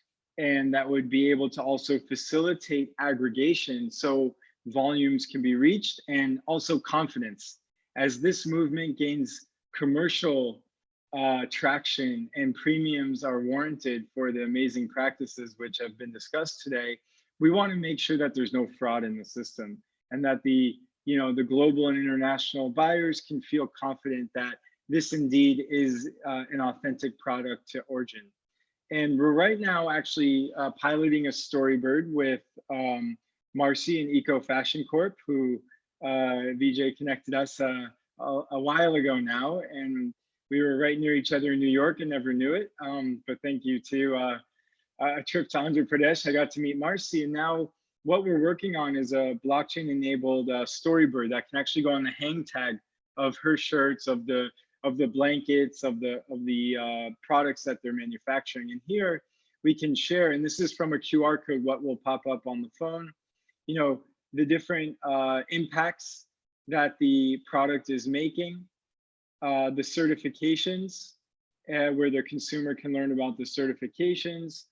They can see photos. In this case, these are very much marketing photos, but also kind of the key functionality is actually going through each step of the value chain and giving the tools to the customer in the United States, the information to understand and learn about why this is a special product, and where did it come from, and really put a spotlight to the value chain and the raw ingredients, and how it moved from the source all the way to New Jersey in the distribution center. And so we are blockchain agnostic. So in this case, we're working with a group called InfiniChains, but we're also working with IBM Food Trust, a group called VChain, another group called BankU. And we just see blockchain as a validation point of data. It isn't the holy grail, because if you're validating something that's not important, then that validation doesn't have much value. So the way we're looking at blockchain is, how do we look at the different ways we can register data with confidence, and then present that data to our community. And another example, which we're going to be testing out with Sahaja Aharam, is our e-commerce integration. And this is, again, a global seafood marketplace that's for direct to consumer in the United States. And just to show you the e-commerce functionality, because as we all know, e-commerce direct to consumer has become incredibly important over the last 12 months. And so this solution allows for an easy embed of the Storybird, of the data collection onto a Shopify site, WordPress site, whatever site is a simple embed. And here you can actually see the blockchain record number. And in seafood, which is an obvious solution because there's a lot of fraud, a lot of risk, consumers are nervous, this traceability solutions become very important. But we see for all types of organic and regenerative items, this will be mainstream in the near future. And part of what we're doing is also trying to build the education to buyers and to end consumers around the world to help them understand what's the importance of different concepts like regenerative agriculture. Of course, you have some recipes, but certifications, benefit of local sourcing and such. So we have this also mechanism to share across our communities. And the last thing, and I have a couple more things to show briefly, is we're also looking very much into a partnership at the executive level with Regenerative Organic Certified, which we believe will be an important certification in the near future in the US market. It's been championed by Patagonia and some other leading brands in the US. And the idea here is to distinguish between organic and practices like the community natural farming practices, which go well above and beyond the standard of organic and ultimately deserve a greater premium and a greater education to consumers.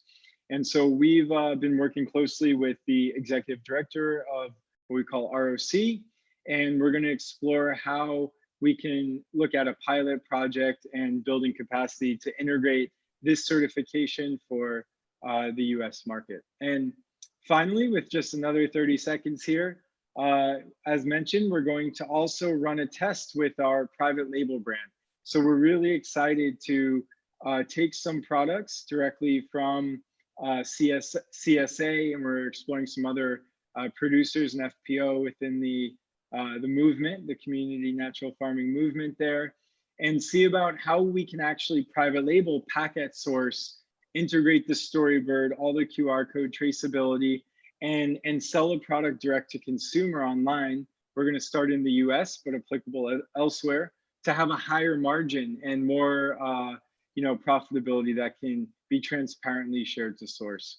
So in conclusion, we see that this movement is an amazing marketing story.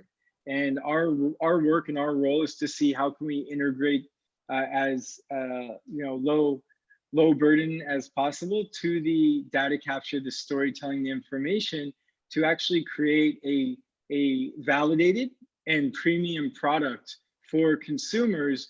I believe within India it has application, but especially to these premium markets who are really looking for this type of story and product in Europe and the US. So thank you all for joining and for listening today. Thank you, Keith. Thank you very much. So we have the last speaker, but not the least, because what they are doing is again very, very interesting. I now invite Saurabh from IDH to explain the verified sourcing area concept and how they are partnering with us. Saurabh, but you'll have to be brief because we have exceeded the time. I can say so, that. yeah. So let me please go ahead, Saurabh. Yeah, let me quickly share my screen. And you've seen a lot of presentations, so please bear with me. This is, I hope the last presentation that you'll see for the day.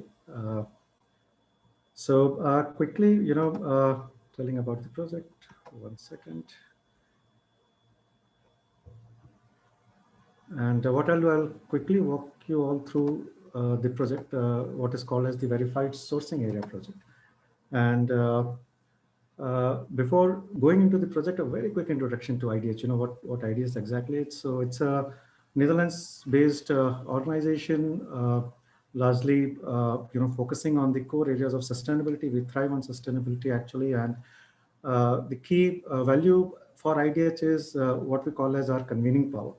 So we pride ourselves as an institution that brings the public sector entities, the civil society organizations, and the private sector companies all at one platform, which we call as convening. And then we ensure that all these stakeholders, these diverse stakeholders, agree to certain principles on sustainability that could be followed or that could be implemented, and which is of common interest to all. So as you can guess, it's a time-taking structure that we have, but across the world, around 50 countries, around 12 commodities, and around 40 internationally recognized convening partnerships is what IDS has created over the last decade or so. In India, our presence is frankly across majority of the states now, largely through our cotton program as well as through our spices program. We do manage a few coalitions in India as well, including what is called as NSSP, National Sustainable Spices Program, one of the largest spices relative intervention on sustainability in India. Through our programs, we do reach out to millions of farmers. Last year itself, we reached out to nearly 1 million smallholder farmers across India through our programs and all. And the particular approach on sustainability, which I spoke about, verified sourcing, and what I would not say uniqueness, but the innovative style of this particular innovation that IDS has brought in is that it lifts the base level of sustainability in the producing regions, and it takes a jurisdiction or an area-based approach to sustainability, rather than taking a farm-based approach to sustainability, which is common across majority of the programs. IDH has formulated a very geographic-based approach to sustainability, which we call as our landscape approach. And what we do within this approach is that, irrespective of the commodities that are coming out of that landscape, any commodity that has significant commercial potential, any commodity that involves, a perennial engagement with different stakeholders, including smallholder farmers, public sector entities, the private sector companies, and importantly, where there is a commercial interest, a commercial case for the private sector, a sustainability case for the local CSO partners and the government institutions, and importantly, a livelihood and income diversification case for smallholders, is where we bring in the specific values and the specific systems in place. And how we do that, I'll quickly take you to the project that we are right now doing with our Ry.S.S. It's the first project actually in India that works on the concept of verification at a landscape level. We have already piloted this program in 4 or 5 other countries in a global scale, but this is the first time we did it in India, in Andhra Pradesh. So the current engagement is in a block called as Paderu. It's a smallholder tribal farmer-based block in Visakhapatnam district. And as a part of this particular engagement, the VSA project, we are currently covering 3 blocks in Paderu jurisdiction, around 10,000 smallholder farmers. And we are working very closely with around 4 to 5 FPOs and local aggregators. But importantly, we are working with nearly 14 to 15 what we call as local youth entrepreneurs, the local youth whom we have trained specifically around this project and who are our key flag bearers or change agents for the entire engagement. As I mentioned, it's a multiple commodity crop approach. All the key commercial commodities that come out of Paderu have been included. The outcomes are very similar to what the natural farming principles are based on regenerative agriculture, crop resilience, how do you make the production system more sustainable, the agroforestry, forest link, the biodiversity angle. And 2 elements that the current VSA specifically looks at is first on the market linkage component, that how do you develop a market linkage component that is based on a landscape approach and which brings in what we call as the committed buyers onto the board. And importantly, how that engagement then translates to some of the social and economic inclusion of the smallholders that work in that area. As I mentioned, one of the critical elements around this program has been on the governance and convening power of IDS. So already Ry.S.S is one of the key partners. We have already, are in touch and in advanced discussion with the local jurisdiction agency there, the Coffee Board of India, Spices Board of India, which again are, apex institutions for respective commodities, the local farmer groups, FPOs active in this area, and importantly, what we call as the champions of sustainability or committed buyers, some of them, who have shown an interest, importantly, both in terms of investment and in terms of capacity enhancement of the local farmer groups are being brought up. So companies such as Tata Consumer Products, Janti Spices, one of the largest exporters of spices from India, ITC, to name a few, are there.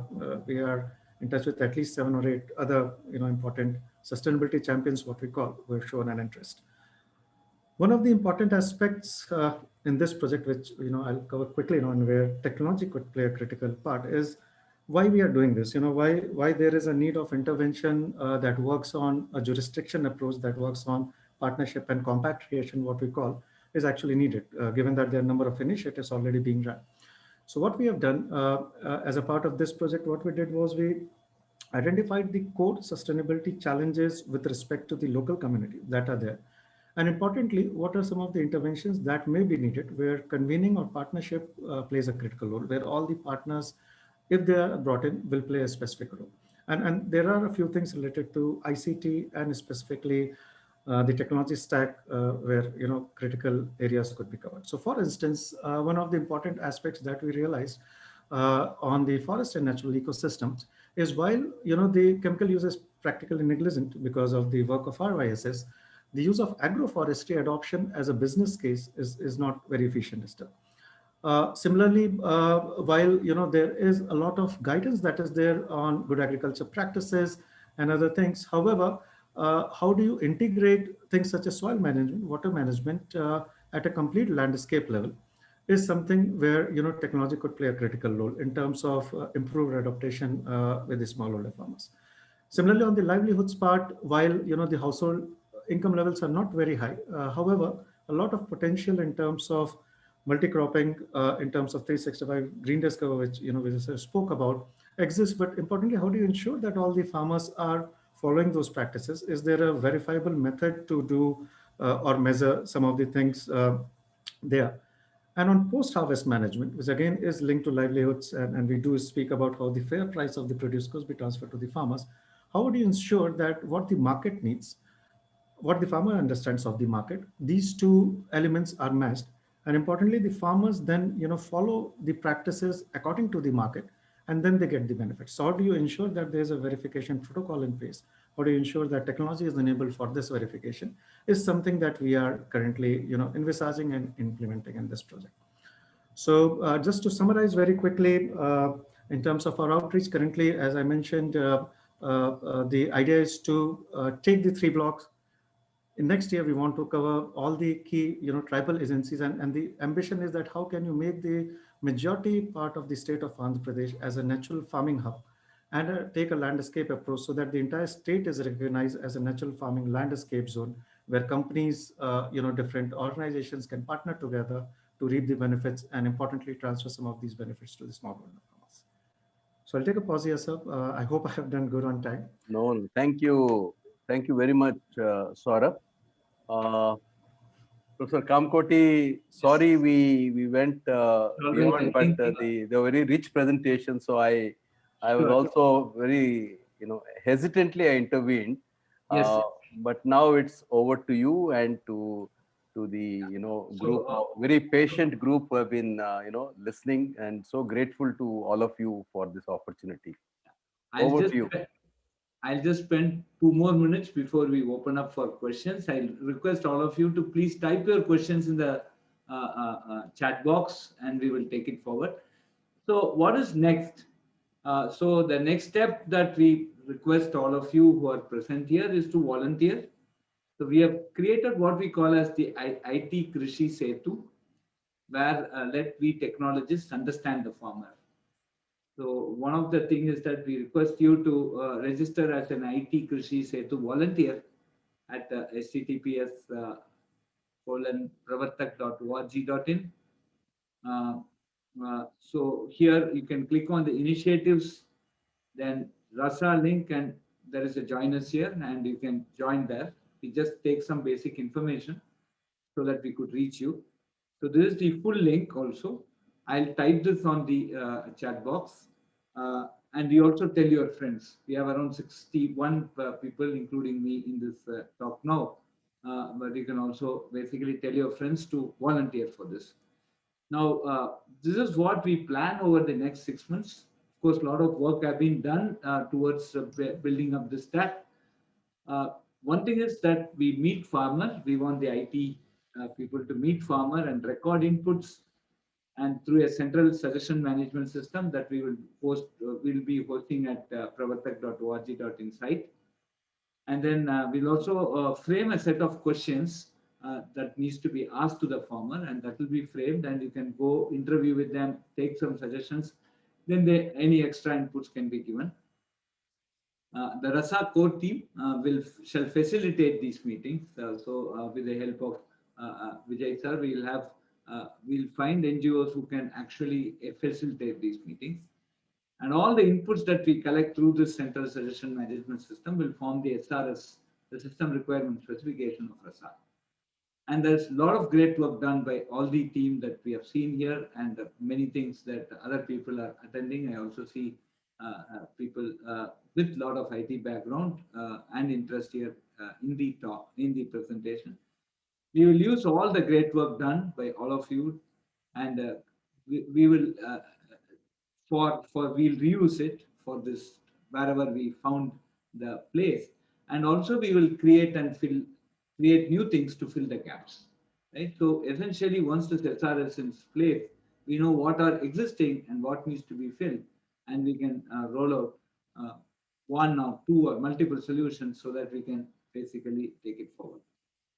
Then putting all these things together, reusing new things together, and do pilots at different states would be the next step, and then we start scaling. So if at least we could get the inputs and have an idea about the RASA stack in the next 6 months, I think that's a very, very big achievement that we can take forward. And from there, we'll put these things together. So this is the small thing I wanted to show you. And I'll just take 1 more minute to basically show you the website here. So this is the website. So this is pravartak.org.in. I am typing out also on the chat box. This is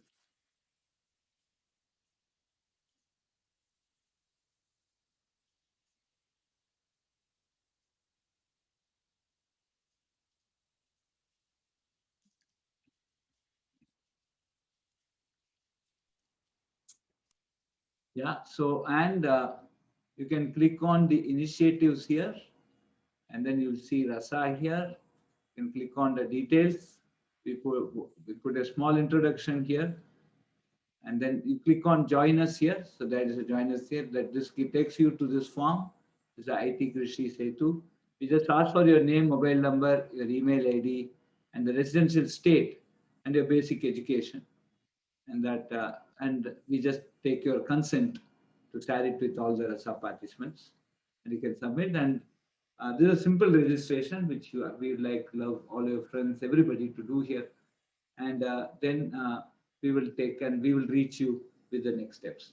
So with these few inputs, I thank the team for this wonderful presentation, and then let us open up for questions. I think we have close to another 10 minutes maximum. So we will take up the question. Many of you have actually put this, have been discussing on the chat. And we would like to take any questions that you have at this point of time. What kind of farm mechanism be useful for natural farming? Vijay sir. Yeah, this is a very interesting question, because currently the farm mechanization that is happening is actually supporting degenerative agriculture. So, deep ploughing, trampling the microbes. So we really need to do appropriate research on what will go, which will not damage the principles of natural farming. So this is in fact a very good area for research. We have some great NGOs working with us, and we would welcome any technology providers, any set of groups interested in working on this. This is really an area where a lot more work needs to be done.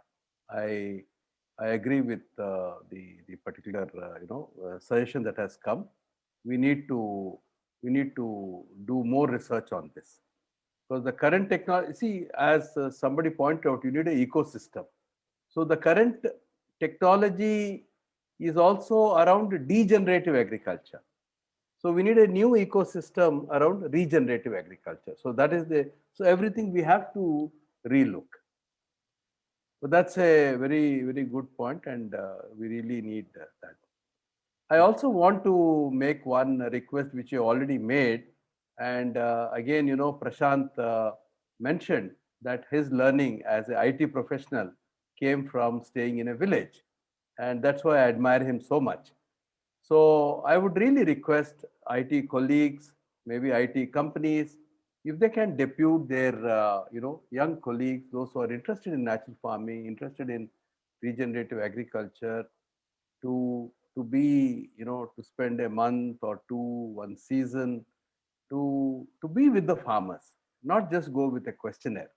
If you are with the farmers, you can understand the strengths of farmers and also understand their requirements. In fact, I went to a village in Chittoor about a couple of years ago, and I found two uh, techies. They were, I think, working in Wipro. So they're like weekend farmers. So they come to that village every week, and they say that 2 days they work manually on the farm, and they say that we are actually de-stressing. So this is something very good. So I just want to make an appeal for people to volunteer, to spend time in the village. You may not have any particular purpose, but just, be there. You can learn more, you can learn better. In fact, in the next meeting, Professor Kamkoti, it will be good if Prashant can really explain his own immersion, what lessons it has taught him, and it will be very good. In fact, to use him as a person to inspire others. Yes, So sir. this is something I would really request you and everybody Yes, in this group. absolutely. Sir, how much land one needs to sustain for 6 people? Uh, Oh. that's a very interesting question. See, in our country, the average land holding for the country as a whole is around 1.04 hectares. This is the national average.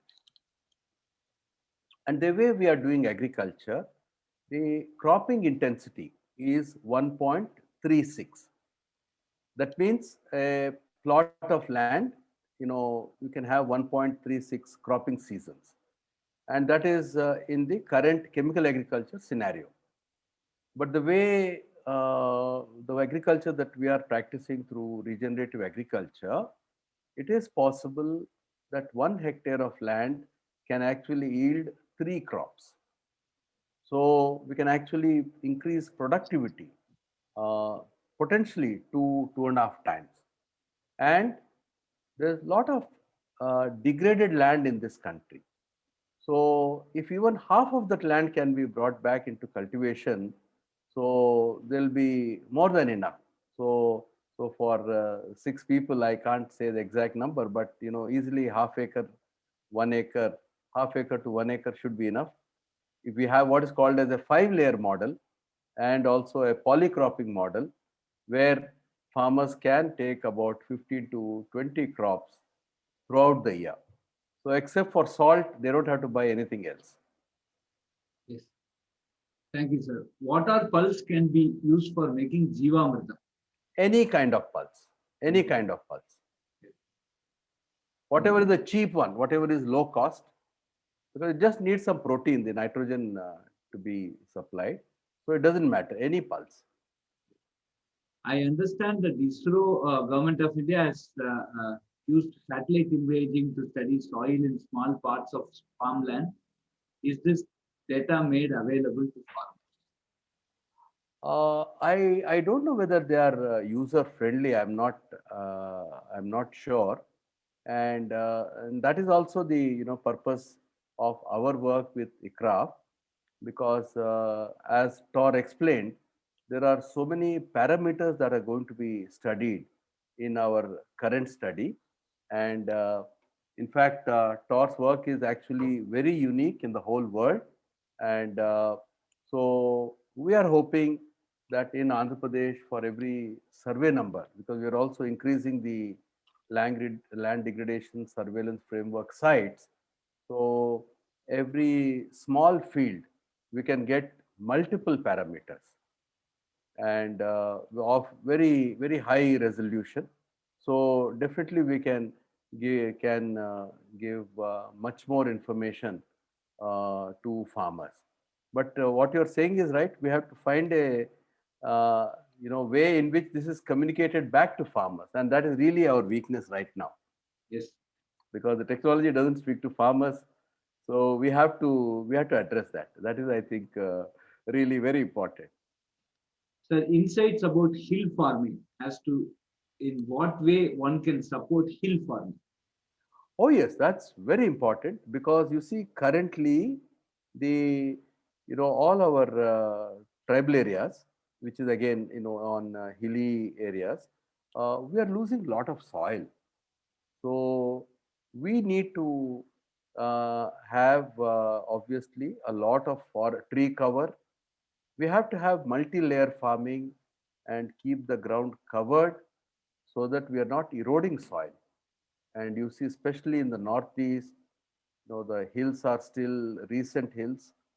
So it's very, very, what the kind of agriculture we are practicing is very destructive. So especially in the hill areas, because that's where the source of water and source of so much ecosystem services, we have to be very careful. And we have in the tribal areas, we are getting very good response from the farmers, and we have appropriate methods for treating. What we are saying is, currently if it rains, the water that comes from the hills is all muddy. So I'm saying we are successful only when you get clear water in the streams. So that shows that the landscape has been treated well. So that also leads me to one more thing that we are doing, Professor Kampoti. We are adopting a landscape approach, and ICRAF is again helping us in that. So we'll have 3 landscapes to draw lessons for the rest of the state. So one of which is going to be in the tribal areas, one in the semi-arid areas, and one in the chemically intensive agriculture area. Right. Absolutely, sir. So can we get to see one of your training programs in person? Of course.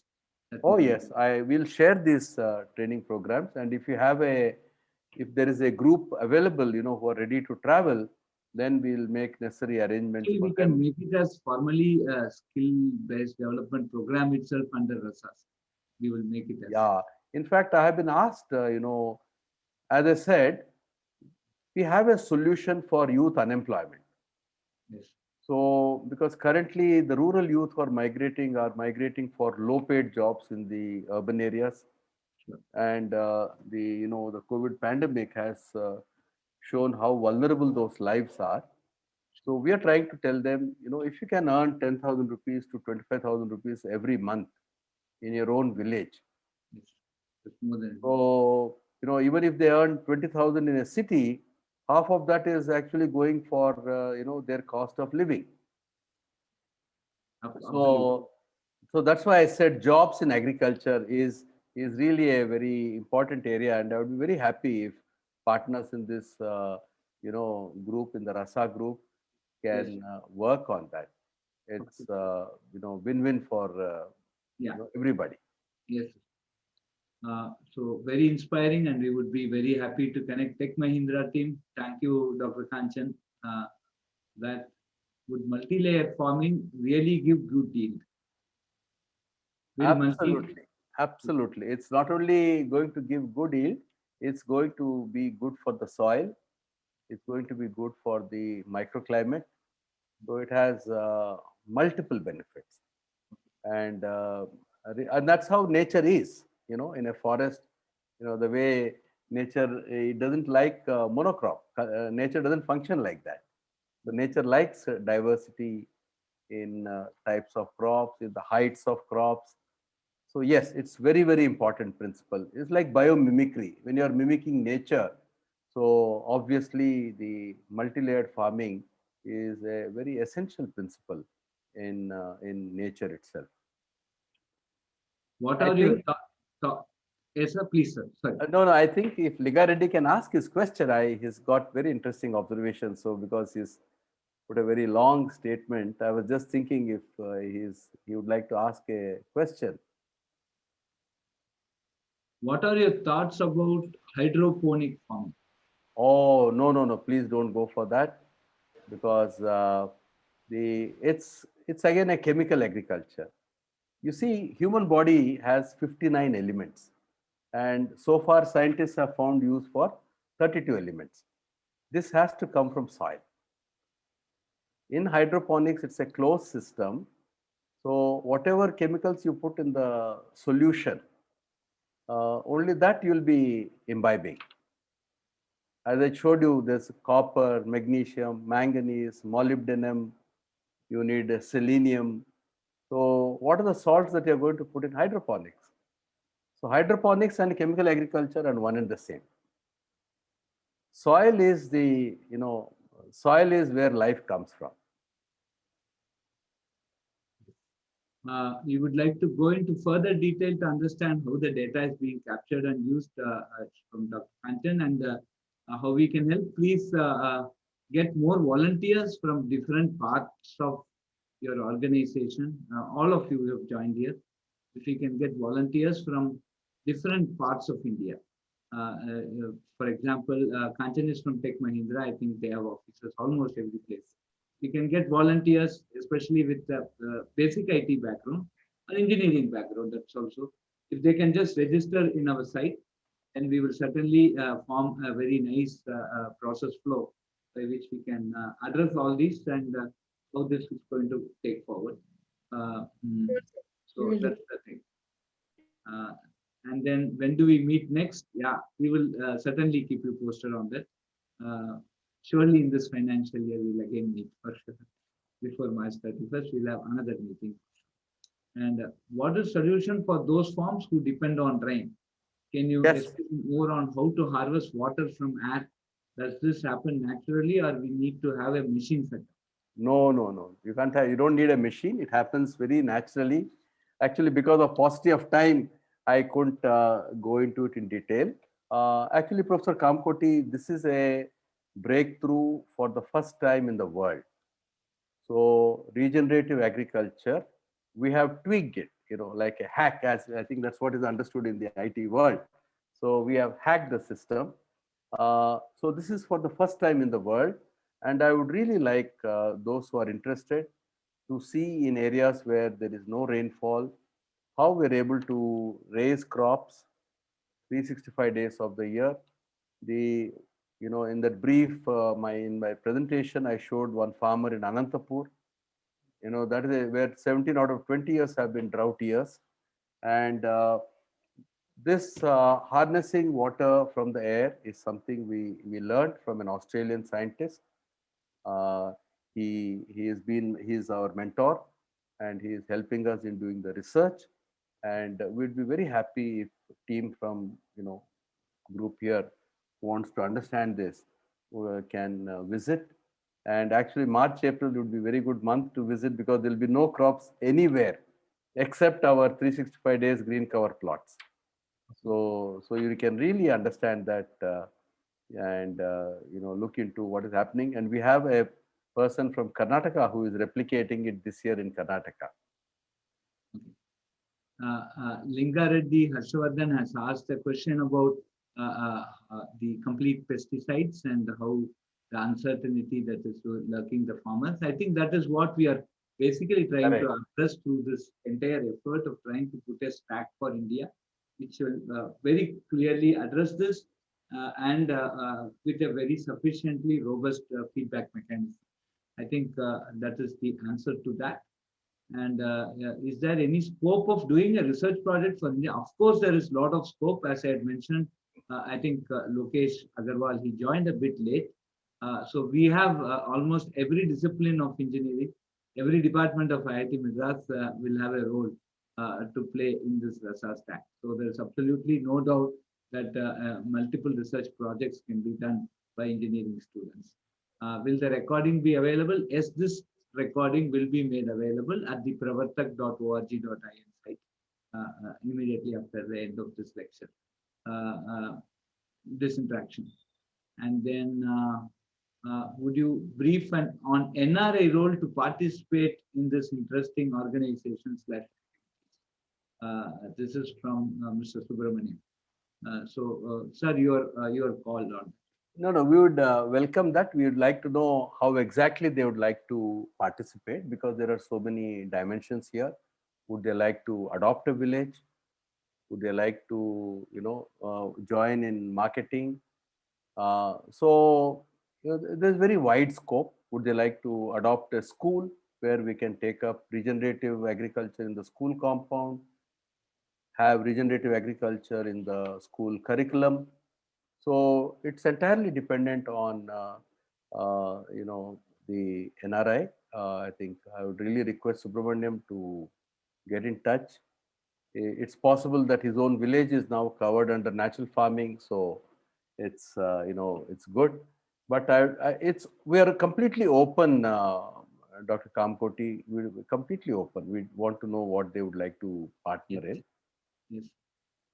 So my request to Mr. Subramaniam is, please become a volunteer and make all your friends also become a volunteer, so that we'll keep posting to you on what is happening, and whatever you feel interested. So at different points we'll say different needs. I think we'll be communicating the needs, and whoever. But one request is, I would really like people to volunteer with us either online. We have a lot of requirements, so please help us, because there's a lot of pressure on our time. There are a lot of people from other states who are wanting our help, and now we have requests from other countries.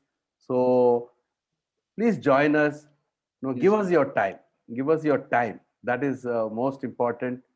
Whether it's in the communication side or on the ICT side, whatever is your interest, I think your passion more than your discipline, whatever is your passion is something that we would like to encourage.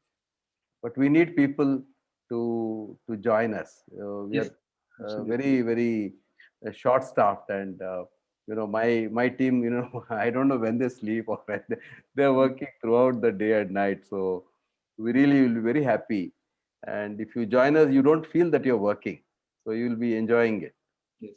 Already 8 volunteers have come in, Wow.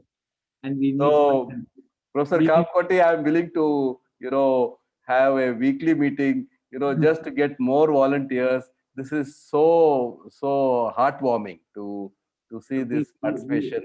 we need 500 of them. So the last question we'll take, sir, and other things we will keep you posted. Right. What is the role?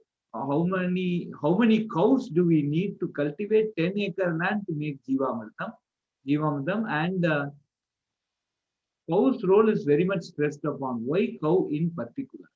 Okay. Very interesting question. Yeah.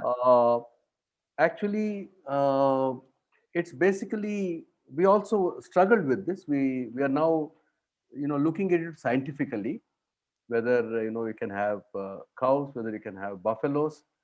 But the answer is very interesting, Dr. Kamkoti.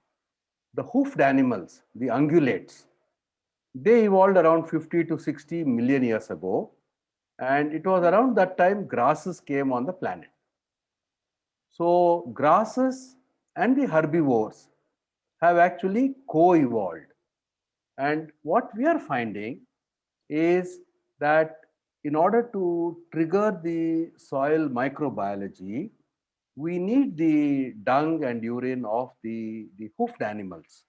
So cows, you can have in temperate climate countries, it could be reindeer, whatever has evolved. So whatever has co-evolved. So we are now finding that, you can have cows, you can have buffaloes. We are doing experiments to actually establish that connection.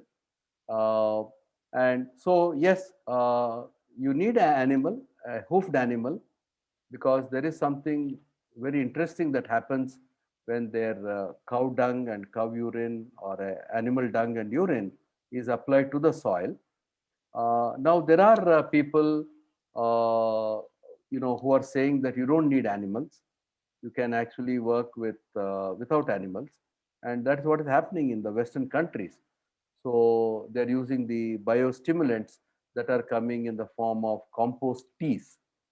And even in India, there are people working on, what is called as, there is one very eminent person called Kadarwali in Karnataka. who is working with what is called as Atavi Dravanam, so based on forest soils. So, but in any case, cows are very convenient, and people have a lot of attachment to their cattle and particularly cows. So we started with the cow because that's what our practitioners in India have been saying that, but we are using science to see what are the other animals and what what else can be done. And what we are seeing is that one cow definitely, our farmers, anywhere between 5 to 10 acres, that's enough, the cow dung and urine. And one very interesting point, my farmers who have been doing it for 5, 6 years are saying that now our soil is so fertile that the quantum of cow dung and cow urine that we require has come down. So everything is around how you take care of the soil biology. But I can go on and on, but I will stop here. So certainly somewhere this goat, some variety of goat also has been proven to be very successful. We are doing experiments on goat and sheep also. Sheep is somewhere it has shown good results. Yes, so very nice. So this is, I think Swati has made a good statement. Farmers without borders. I think let us create a borderless society, and then let us also address the digital divide and quickly remove that division. And so I think. And one more suggestion, Dr. Kamkoti. Yes. I think all IT professionals, you're living in urban areas. My very a suggestion to you would be, you can get a taste of natural farming through terrace gardens. So please make use of whatever space you have, and there is lot of work happening around terrace gardens through natural farming, and that is something where you can directly taste the results of natural farming daily in your own homes. So that is a suggestion to you. Yes, right. Yes, so already there is an interest on. We would love to know more about terrace gardening. Yes. Farming. We can ask. So I think we can. No, we can. Whenever we host a next session, I'll bring experts on terrace gardening. Yes. And there is what is called as wicking bags approach, which uses very little space, but you take care of your household compost, and you're also eating good quality vegetables, because hydroponics is not the solution. It may look like spinach, but it will not have the trace minerals that you get from natural farming. It may look the same color, same texture, but it's empty. Yes. Right. So I think we had a very, very wonderful session, sir. Thanks to Dr. Vijay Kumar and the entire team. And thanks to all of you who have been here. I think at 10 last, we have we have 56 people still on rolls. I think that's a very, very interesting start, a very encouraging start. And so please do circulate, and please do register at this site as a volunteer, and then we will circulate to all your friends. As I told, we have started now. I think the count is 10 now, and we would like to make it 500. At least 500 volunteers with IT background going and looking at different aspects and across pan India. If that happens, I think that's the biggest success for RASA. Now RASA will be a sort of integrating factor now to bring all of us together, and let us take it forward under the very able leadership of Dr. Vijay sir. With this, I thank you all for this, and we will certainly keep you posted and we will have a meeting, and what will be in that meeting and how are we taking it forward. We will keep you posted, and looking forward to all your cooperation and your friends and family and friends, all their cooperation to let us see a great agricultural India and this 1.8 billion jobs which Vijay sir has been mentioning. Let us look at it. And I would like to see technocrat taking an agriculture job rather than a stable government job, for example. If that's Oh, no, no. Let me, come in at this stage. Yeah. I can introduce to you these kind of farmers, those who have left their jobs. In fact, the photograph I showed is Srinath Reddy, who was working in designs in Chennai and Bangalore. He left that job, came back to the village. He is one of our role models. He is a mentor to many people. Yes, So yes. there are many IT people who are, coming back, I would say. Yes. And so maybe it may make a lot of sense to have rural BPOs, so Yes. that you can also send your people to the rural areas. They can do farming and your business also, so both can go together. Sure. Absolutely. Absolutely, sir. Thank you all of you, and very good night. Thank you. Good night. Yes, sir. Thank you, sir. Can we have the chat session in a document form in case some of the questions have not been addressed? So our So team the can entire go chat through will be that. saved. Entire chat is saved. So I Yeah, will share it with all of your team, and then we can Yes. address any questions. It also has who has asked that question. Yeah, that's right. Okay. Thank Thank you. Thank Thank you. you. Thank you, Professor Kamkoti. Thank you so much for this Yes. passion. Yes. Most important is the how you drive it. Sure. Thank you, sir. Thank you. Thanks to all the panelists. Excellent presentations. Yeah. I'm sorry we ran out of time, but thank you very much. Yes. Sure. We'll close, sir. Yes, please. Yes. Thank you.